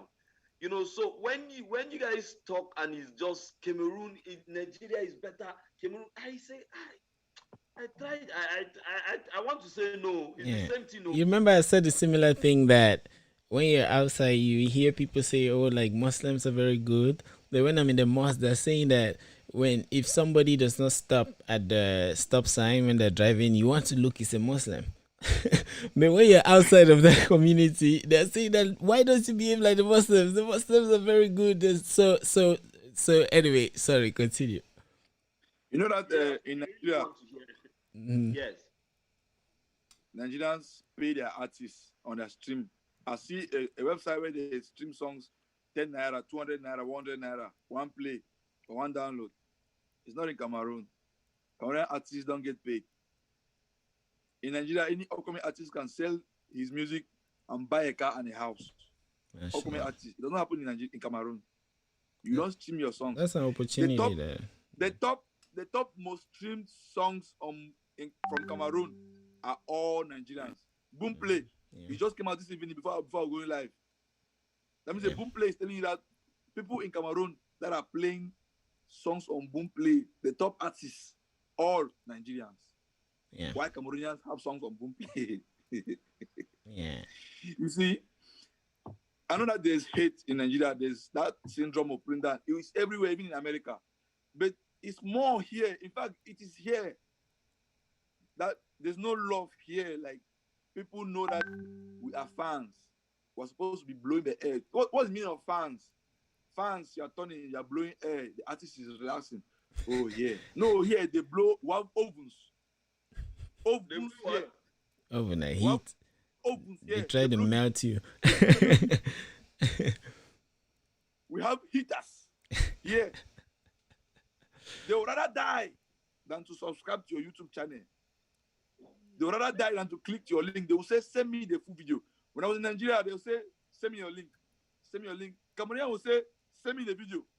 You have to download the full video and send to him on WhatsApp. He's not clicking your link. Yeah, He's not going that's to it. view. Cameroonians don't know that they need to view videos on YouTube. Where? They don't know that artists need to make money from you. Artists need to make money from their arts. They don't know that. They think that when the artist just post something like that and then they comment, that's how artists make. No! They don't know the artist need to stream the art. They don't know that you need to wake up in the morning and play your artist song on YouTube. Play it again in the evening. The next day again, you go to YouTube and play it again. A Nigerian will do it. You go to YouTube and view your video. View it again. View it in his house while playing it on his TV. Cameroonian man will download it, put it in his phone, and be playing it from the phone. Mashallah. Yeah. He can even inbox an artist and say, bro, I beg, you don't talk on this song now. Please send the song to me, I beg. Yeah, we don't have that internet culture. The internet culture is the culture of connection, It's poor. like a network, yeah, of sharing things. Yeah, we really like that. Even at the level of artists and people that try to facilitate, I've seen that. I have I know a couple of people who are struggling to do one or two things, but I don't see that professionalism in sense of exchange of value. Like Yeah.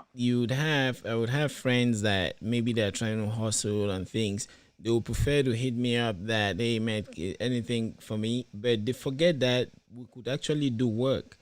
You see what I mean? Like we forget that we could do work in the sense that you can do whatever you do.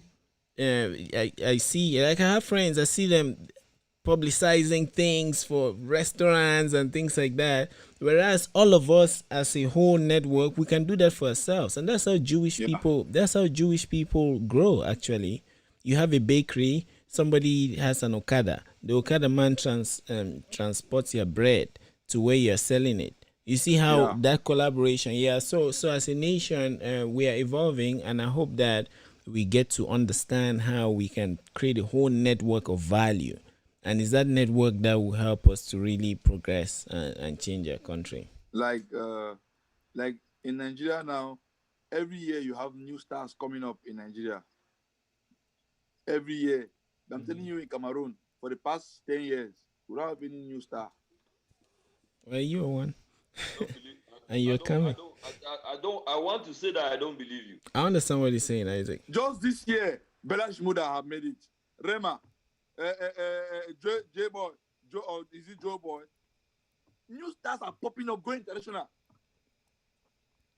Yeah. How many stars do you know from? I went to Nigeria. I want to mention we have stars. They want to kill me. They know only Samuel Eto'o. Mashallah.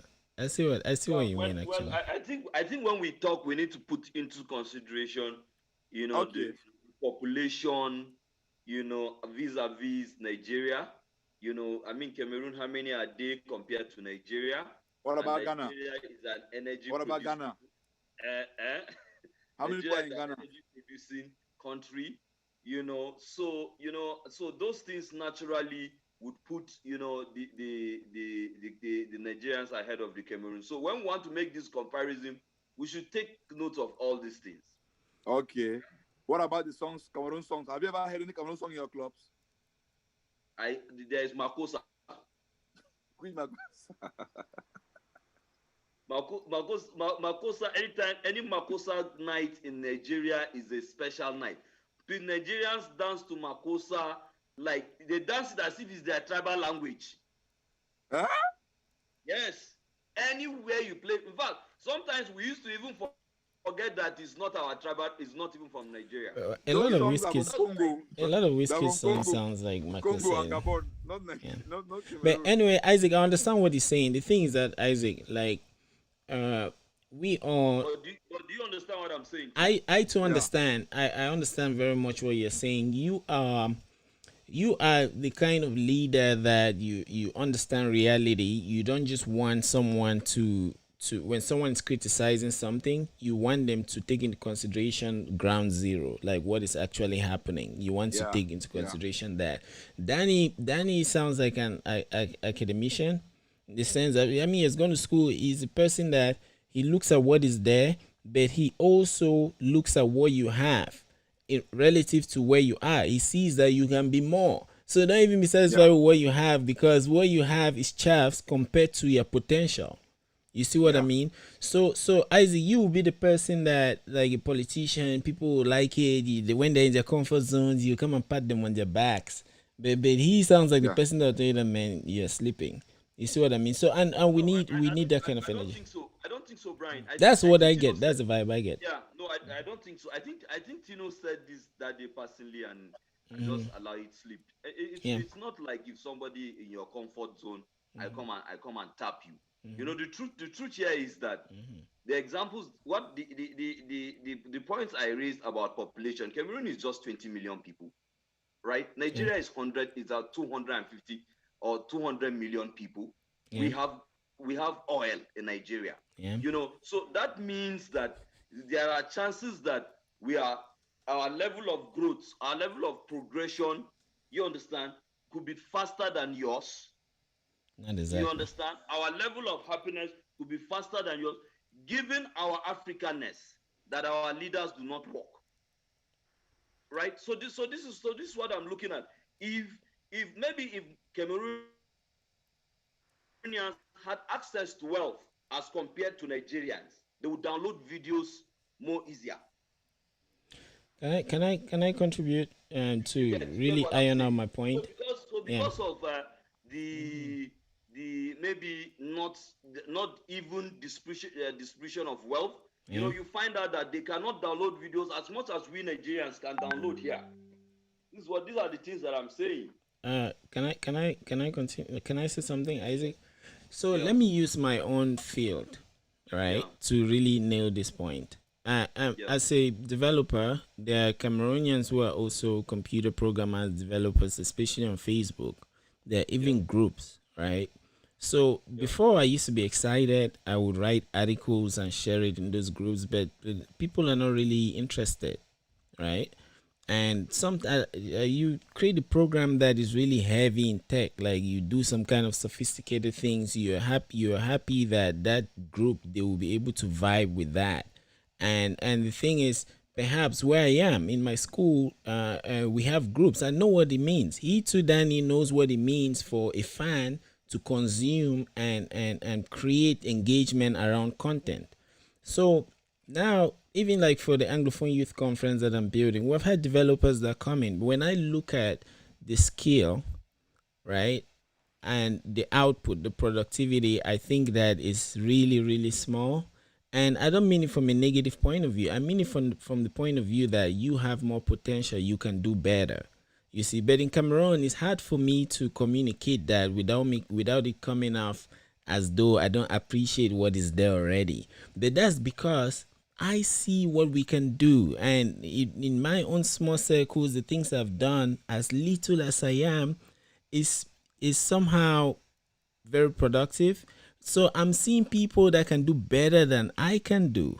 So now when I try to tell them that, okay, you can do this, you can do that, look at this programmer in Russia or look at this programmer in Nigeria. It may be as though I'm comparing Cameroon with Russia, but I'm just trying to show them the potential they have. So I know it's very delicate when we're doing such surgeries of in ideas. It's very difficult to like communicate it, but I think that's what is going on when he says that, and perhaps when I say that too. I mean, especially for for Ebere. Yeah. Ebere, are you there? I think the network. But Isaac, you remember that we actually had consensus when we spoke about this in journalism, that there are times when you point out, I think you had network issues. There are times that when you point out something, it's not that you are not appreciating what is there.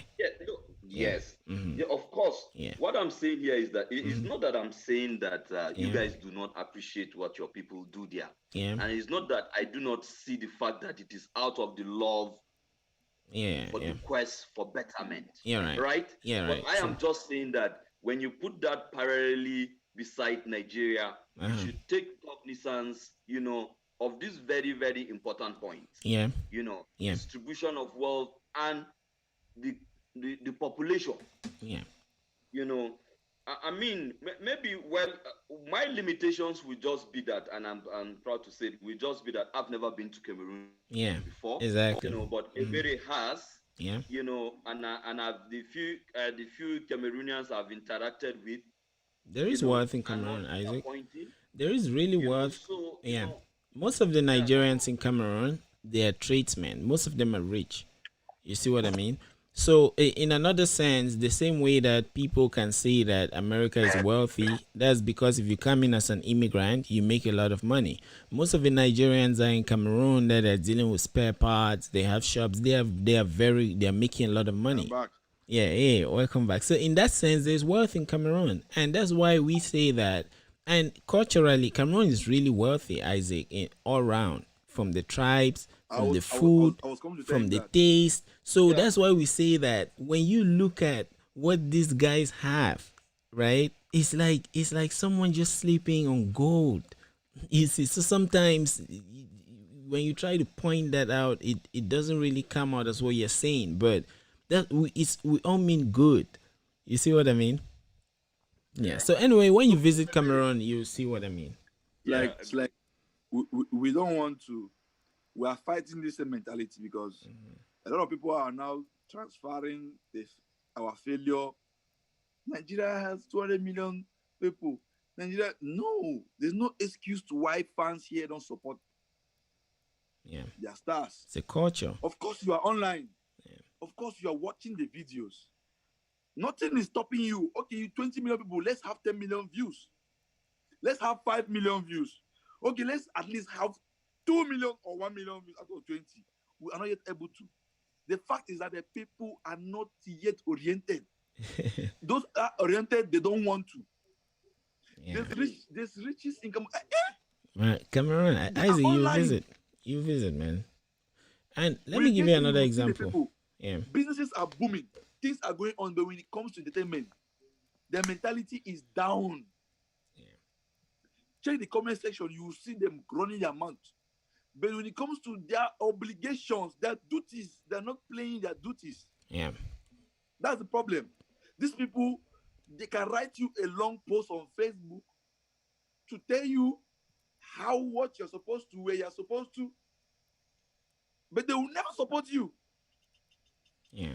You see, they are online. That's our problem. Our problem is not the population. We're not comparing with Nigeria. We're just trying to tell you that no matter how small you are, you can still make your best difference within your smallness. Yeah. Voila. And it's also about telling the truth, right? Another point, Isaac, in let's say, look at Topo. There are many things that I try to say from data, from experience, running this space with you, Isaac. Like I always tell you, I look at the numbers, I look at analytics, and then I draw conclusions, or I write to people personally and I get a consensus of how they think. You see, so for example, my friend DJ Brinell, he's in Australia. He was in UB. We're in UB together, and he studied mathematics. So now he's working for a top engineering company in Australia. Me, I'm here in America doing my own small job, working as also an engineer, managing teams, using top level technologies that people like Facebook and Google compete with, right? Okay, now you would hear people that are tech enthusiasts, are technologists, and they also you feel that desire for them to progress, both personally and at the level of their country. Then Perez and I will have chats where we even build software live, and then it will have like 100 views, right? And then even when you try to share it in these groups that you think that these people that they put the vibe as though they really want this thing. So our own experiences in the streaming Yeah. world, both like in terms of genre, you can put our own music. I reached out to artists. I created a survey to ask people if what they want, if they will appreciate it. 28 people have answered. You reach to people, you send them. I write to people, send them the link, and then they say okay, and that's it. You see what I mean? So it's through those kinds of experiences that such statements arise. It's not just like it's not guesswork. So, Like here in Cameroon, I have 1 million views on my Facebook page, but I cannot boast of 2,000 shares or 1,000 shares. You see videos on my page, Facebook, you see 40,000 views, 50,000 views. Cameroonians, we don't see 200 shares. The video you are watching, you are meant to share it. yeah. That is your role. Imagine 40,000 people viewing a video on Facebook and then 40,000 people are sharing it. Your page will automatically move probably from 2,000 likes to 10,000 likes. They will never do it. They feel as if when they do it, they'll change your life. Their Mashallah. their mind is so backward. It costs you nothing. Somebody is entertaining you. He sacrificed his life to give entertainment. Just to press that share button and share on your. He would rather prefer to comment and tell you that your comment is not better than sharing. Sharing, if I better for you to comment, just share and don't comment. Am I lying? No. You are They not don't lying. do it. I see comedians in Nigeria. Just check their page. You see 130,000 shares. Even Just check Hajia. Sabalo. Yeah. Yes. Even Nigerians, Hajia Isaac. they, Yeah. all, they know their role and they play it well. You see 2,000 shares, 200,000 shares on Facebook. I'm like, what is going on? What is going on? So you're saying I that have Nigerians 3,000 views. have more love for each other than Cameroonians have more love for Yes. each other. That's a fact. They understand this the economy of today, the sharing economy. Even here abroad, although you're giving some money, Uber, Airbnb, these are things that are built out of sharing. It's a sharing economy, and Yeah. people are beginning to monetize it. So if we can't have that culture, then we can't even build businesses around it. Because, for example, Isaac, I got a notification from Facebook that we can start making money on Facebook, double spaces, uh, uh, uh, because of like views and the rest. So when there is that economy of sharing, one can always take things like how Facebook is proposing and then create packages around them. But when people are not sharing, then that network is very tight. You see, it's not spread across. If you see like a blanket, it's not a blanket that you can imagine just being able to spread a blanket across a football field or a stadium or a whole city. So the more people share, that's how that blanket like stretches out. And then all of us will feel the value. All of us will feel the value People can later. sleep comfortably. Yeah. Well, God bless you. Sense Yeah. one kill. Mashallah. So that's it. We're in an economy of sharing, and but I've been noticing these days, especially when I was meditating about this particular episode, I knew that this is the kind of conversation we would have, and I told myself that I should pinch myself whenever I want to look at it one-sidedly. So I believe that it's an evolution, and I hope that with such conversations we can start stepping towards the right direction, so that we can have an emergent economy, all of us. Yeah, I believe so too. Yeah. I believe that if, Cameroon too, not just Nigeria, Yeah. they are the part of change. They are part of evolution. People were evolving. You know, I mean, for you guys to come out from those from that nation at your level, and with what I saw, the Anglophone Youth Conference is achieving. Tino told me that the first day they had more than 1,000 subscribers. Yeah. So you see, people are subscribing to change. Yeah. You know, Yes, you're subscribing. So I believe exactly. that we are all on the pathway for Mashallah. change, and things will get a lot more better. Mashallah. I think we hit like 3 hours or something, so maybe we should round this up before we talk forever. Danny, it's amazing to have you here, and please consider this another episode in the sequence or in this unlimited number of episodes that we can have. The pleasure is mine. Yeah, next time we can talk about Anglophone crisis, your role in it, and other pressing issues that are coming that we think can help those listening achieve their own goals. Isaac, anything to say before we drop? Well, I mean, for anybody watching us, I think one of the greatest things that I've taken today from this comedian is that he has the spirit of forgiveness. He doesn't carry burden on his heart at all, and that has allowed him to fly. You know, no burden from no man. So let's drop our burden, man. Whatever is the so just drop the beef, drop the burden, and you fly. Yeah, thank you. Spirit man. Mashallah. Spirit man, but before that, God there's also something. Danny is dropping his video one time. Danny, you want to share the teaser? Yeah. Before we forget. Ladies and gentlemen. Yeah. Ladies and So gentlemen, let me drop it on the screen. This is the most important part. Igbo man. Mashallah. So you guys ready? I'll be dropping a music video on the 5th of December. The teaser will be out tomorrow. I think maybe we should flash the teaser now. Do you have the teaser? Yeah, I do. Hey! Mashallah. Why are we coming to hide this teaser at the end of the show now? Man, it's not an inspiration hit me now. You and Danny were saying very interesting things. I was following what you were saying.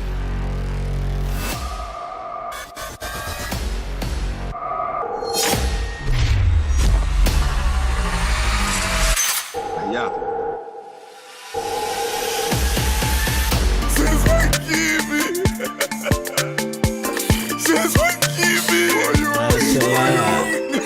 Since one kill me, bro. You know people. Yes. Yeah, so people can put that. Nice. Yeah, people can hold that for now. Yeah, the editor. And, the guy that produced this teaser is good. It's clean. Yes, Right? Adrenaline. Yeah. Mr. Adrenaline is a good. Insabi. Mashallah. Yeah. He did well in this project. I think it's one of his best projects. Yeah, Insabi. Then he's hitting the mark, man. Yes. Hitting the mark. You see how they are doing. Our brothers are growing anyhow. Yeah. Yes. Cameroon is actually changing. Like from before, it's evolving. That's why we need to put more pressure. Yeah.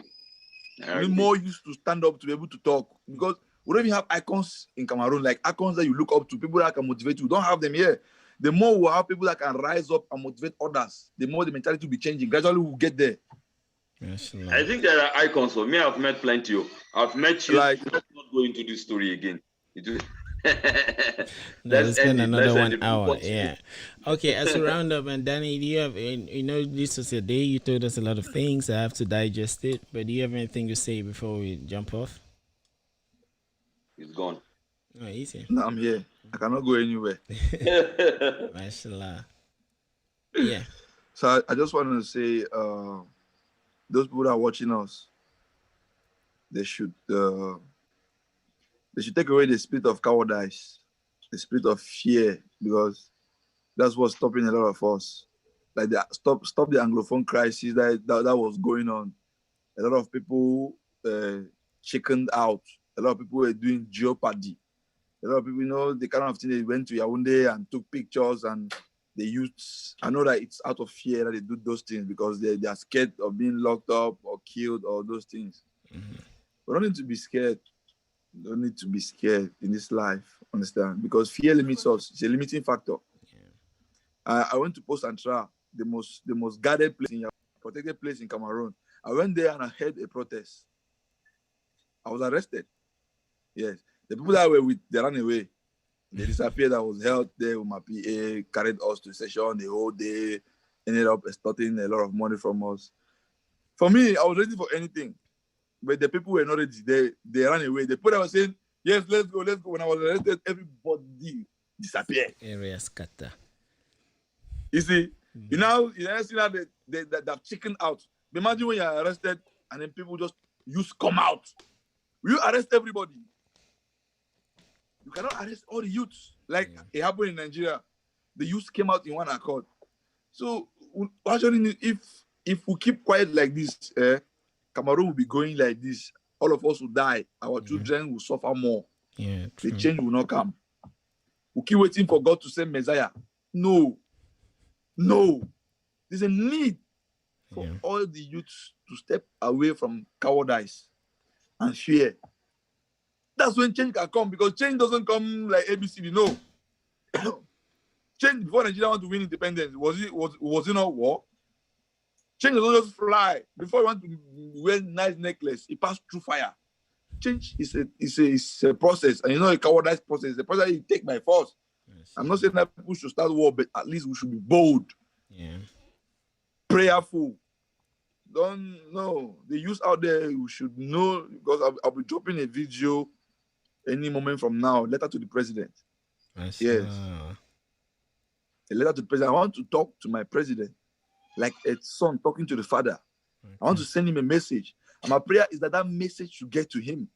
Right. Yes. We can share it on Top of Spaces then, Isaac, and we can have you later to discuss about it. Sorry, continue. Yes. When the video comes out, we can even have your senior brother Idris Abdul Karim to even come and also follow you to talk on that day. Yes. Mashallah. I want to tell Jaga. I'll be singing Cameroon scatter.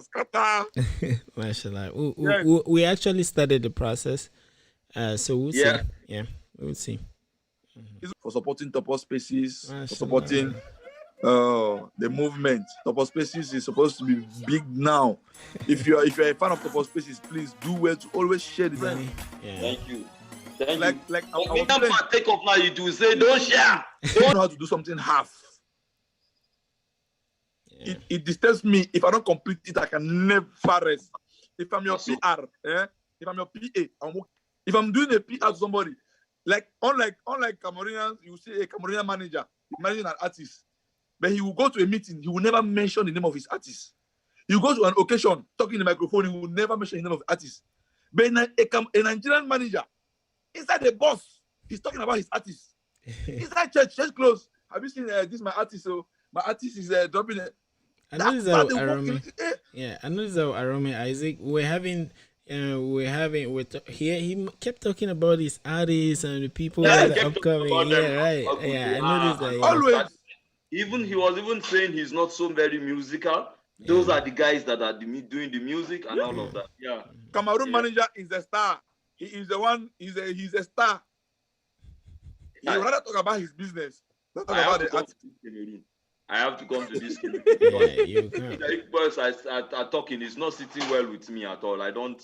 Yeah, I'm not convinced. But of you course, better be convinced. I'm telling you, with experience. And when I come to pick it from there. Don't mind Isaac himself has seen it. There are times when this top off, from my experience. We're supposed to round of it anyway. There are times we have written to people that on Facebook claiming that they are there to help our country go forward. They want to bring change. You write to them, they don't reply. So Isaac knows that actually. Yeah, that one day now. Well, no, leave and let it slide. Like now, if I'm around somebody, I would like to talk about Top of Spaces. If man is doing any business, I have 3 people around me. I must make sure I tell them. It's an opportunity. How are you workable if you're not able to do that? There's a lady that contacted me to promote her. So we had a meeting. In the meeting now, people are coming to me to snap picture. I'm saying, this is the manager of so. She was, before we even talk, she's already so impressed. She said, "No, you are so good. What? I didn't pay you to tell all these people that are coming to greet you about me. But now about 10 people that came to greet me already knew her business before we even spoke about the business." Mashallah. Can you imagine? Yeah. That you tell me that, sir, I want you to help me to promote my decision. And then people come, Danny Green, and say, yeah, this is the manager of so she's selling beauty care. Wow. You can also buy from her. Just in front, before we even discuss about people have taken her contact, that they will call her. How will you not trust the person? Imagine talking with somebody and then I'm a brand influencer, but you're not able to influence the brand. That's doing contrary to the whole thing. It's just Nice one. Yeah. Like I think my brother Ebere, you still have to come. Definitely, you have to come back to Topo Spaces. There are a lot of things to talk about, especially This the is the second Anglophone time, crisis. so I'll be able to come back We're again. going to put in a lot of energy on the Anglophone crisis so very much. I was speaking to Senator Brian. I was speaking to Senator Shehu Sani about it. Okay. You know, and I'm sure that when he has the time, he will come to talk about. You know, Yeah. he leads a Pan-African group in Abuja here, Okay. where a lot of leaders are working with him. So I think he'll be happy to add a little muscles to what we are talking on Anglophone, because Nigeria also has a role to play, you know, as a neighbor. Yeah. Right. Yeah. Yeah. Mm, So true. now so we're going to push ourselves small. Yeah. True, Mashallah. true. Yeah. All right, Go on, Danny. go on. Yeah. All right, Danny, Isaac. Thank you guys. Thanks those for listening. All right, man, correct guy, Ebere. Yeah. Yes, Let me Together. let me take my screenshot. Let me take my screenshot. Mashallah. Wait, take a follow you. Wait. Take another one. Take another. Allah. Where you did? Take another one. I'm here. Yeah, take Take another one. another one. Mashallah. I got it too. So thank you guys. This was All right, amazing. man, cheers. Yeah, thanks Danny. Thanks One love, everyone. bro. Yeah. One love, your energy, they infect person. Yeah. Until we meet again.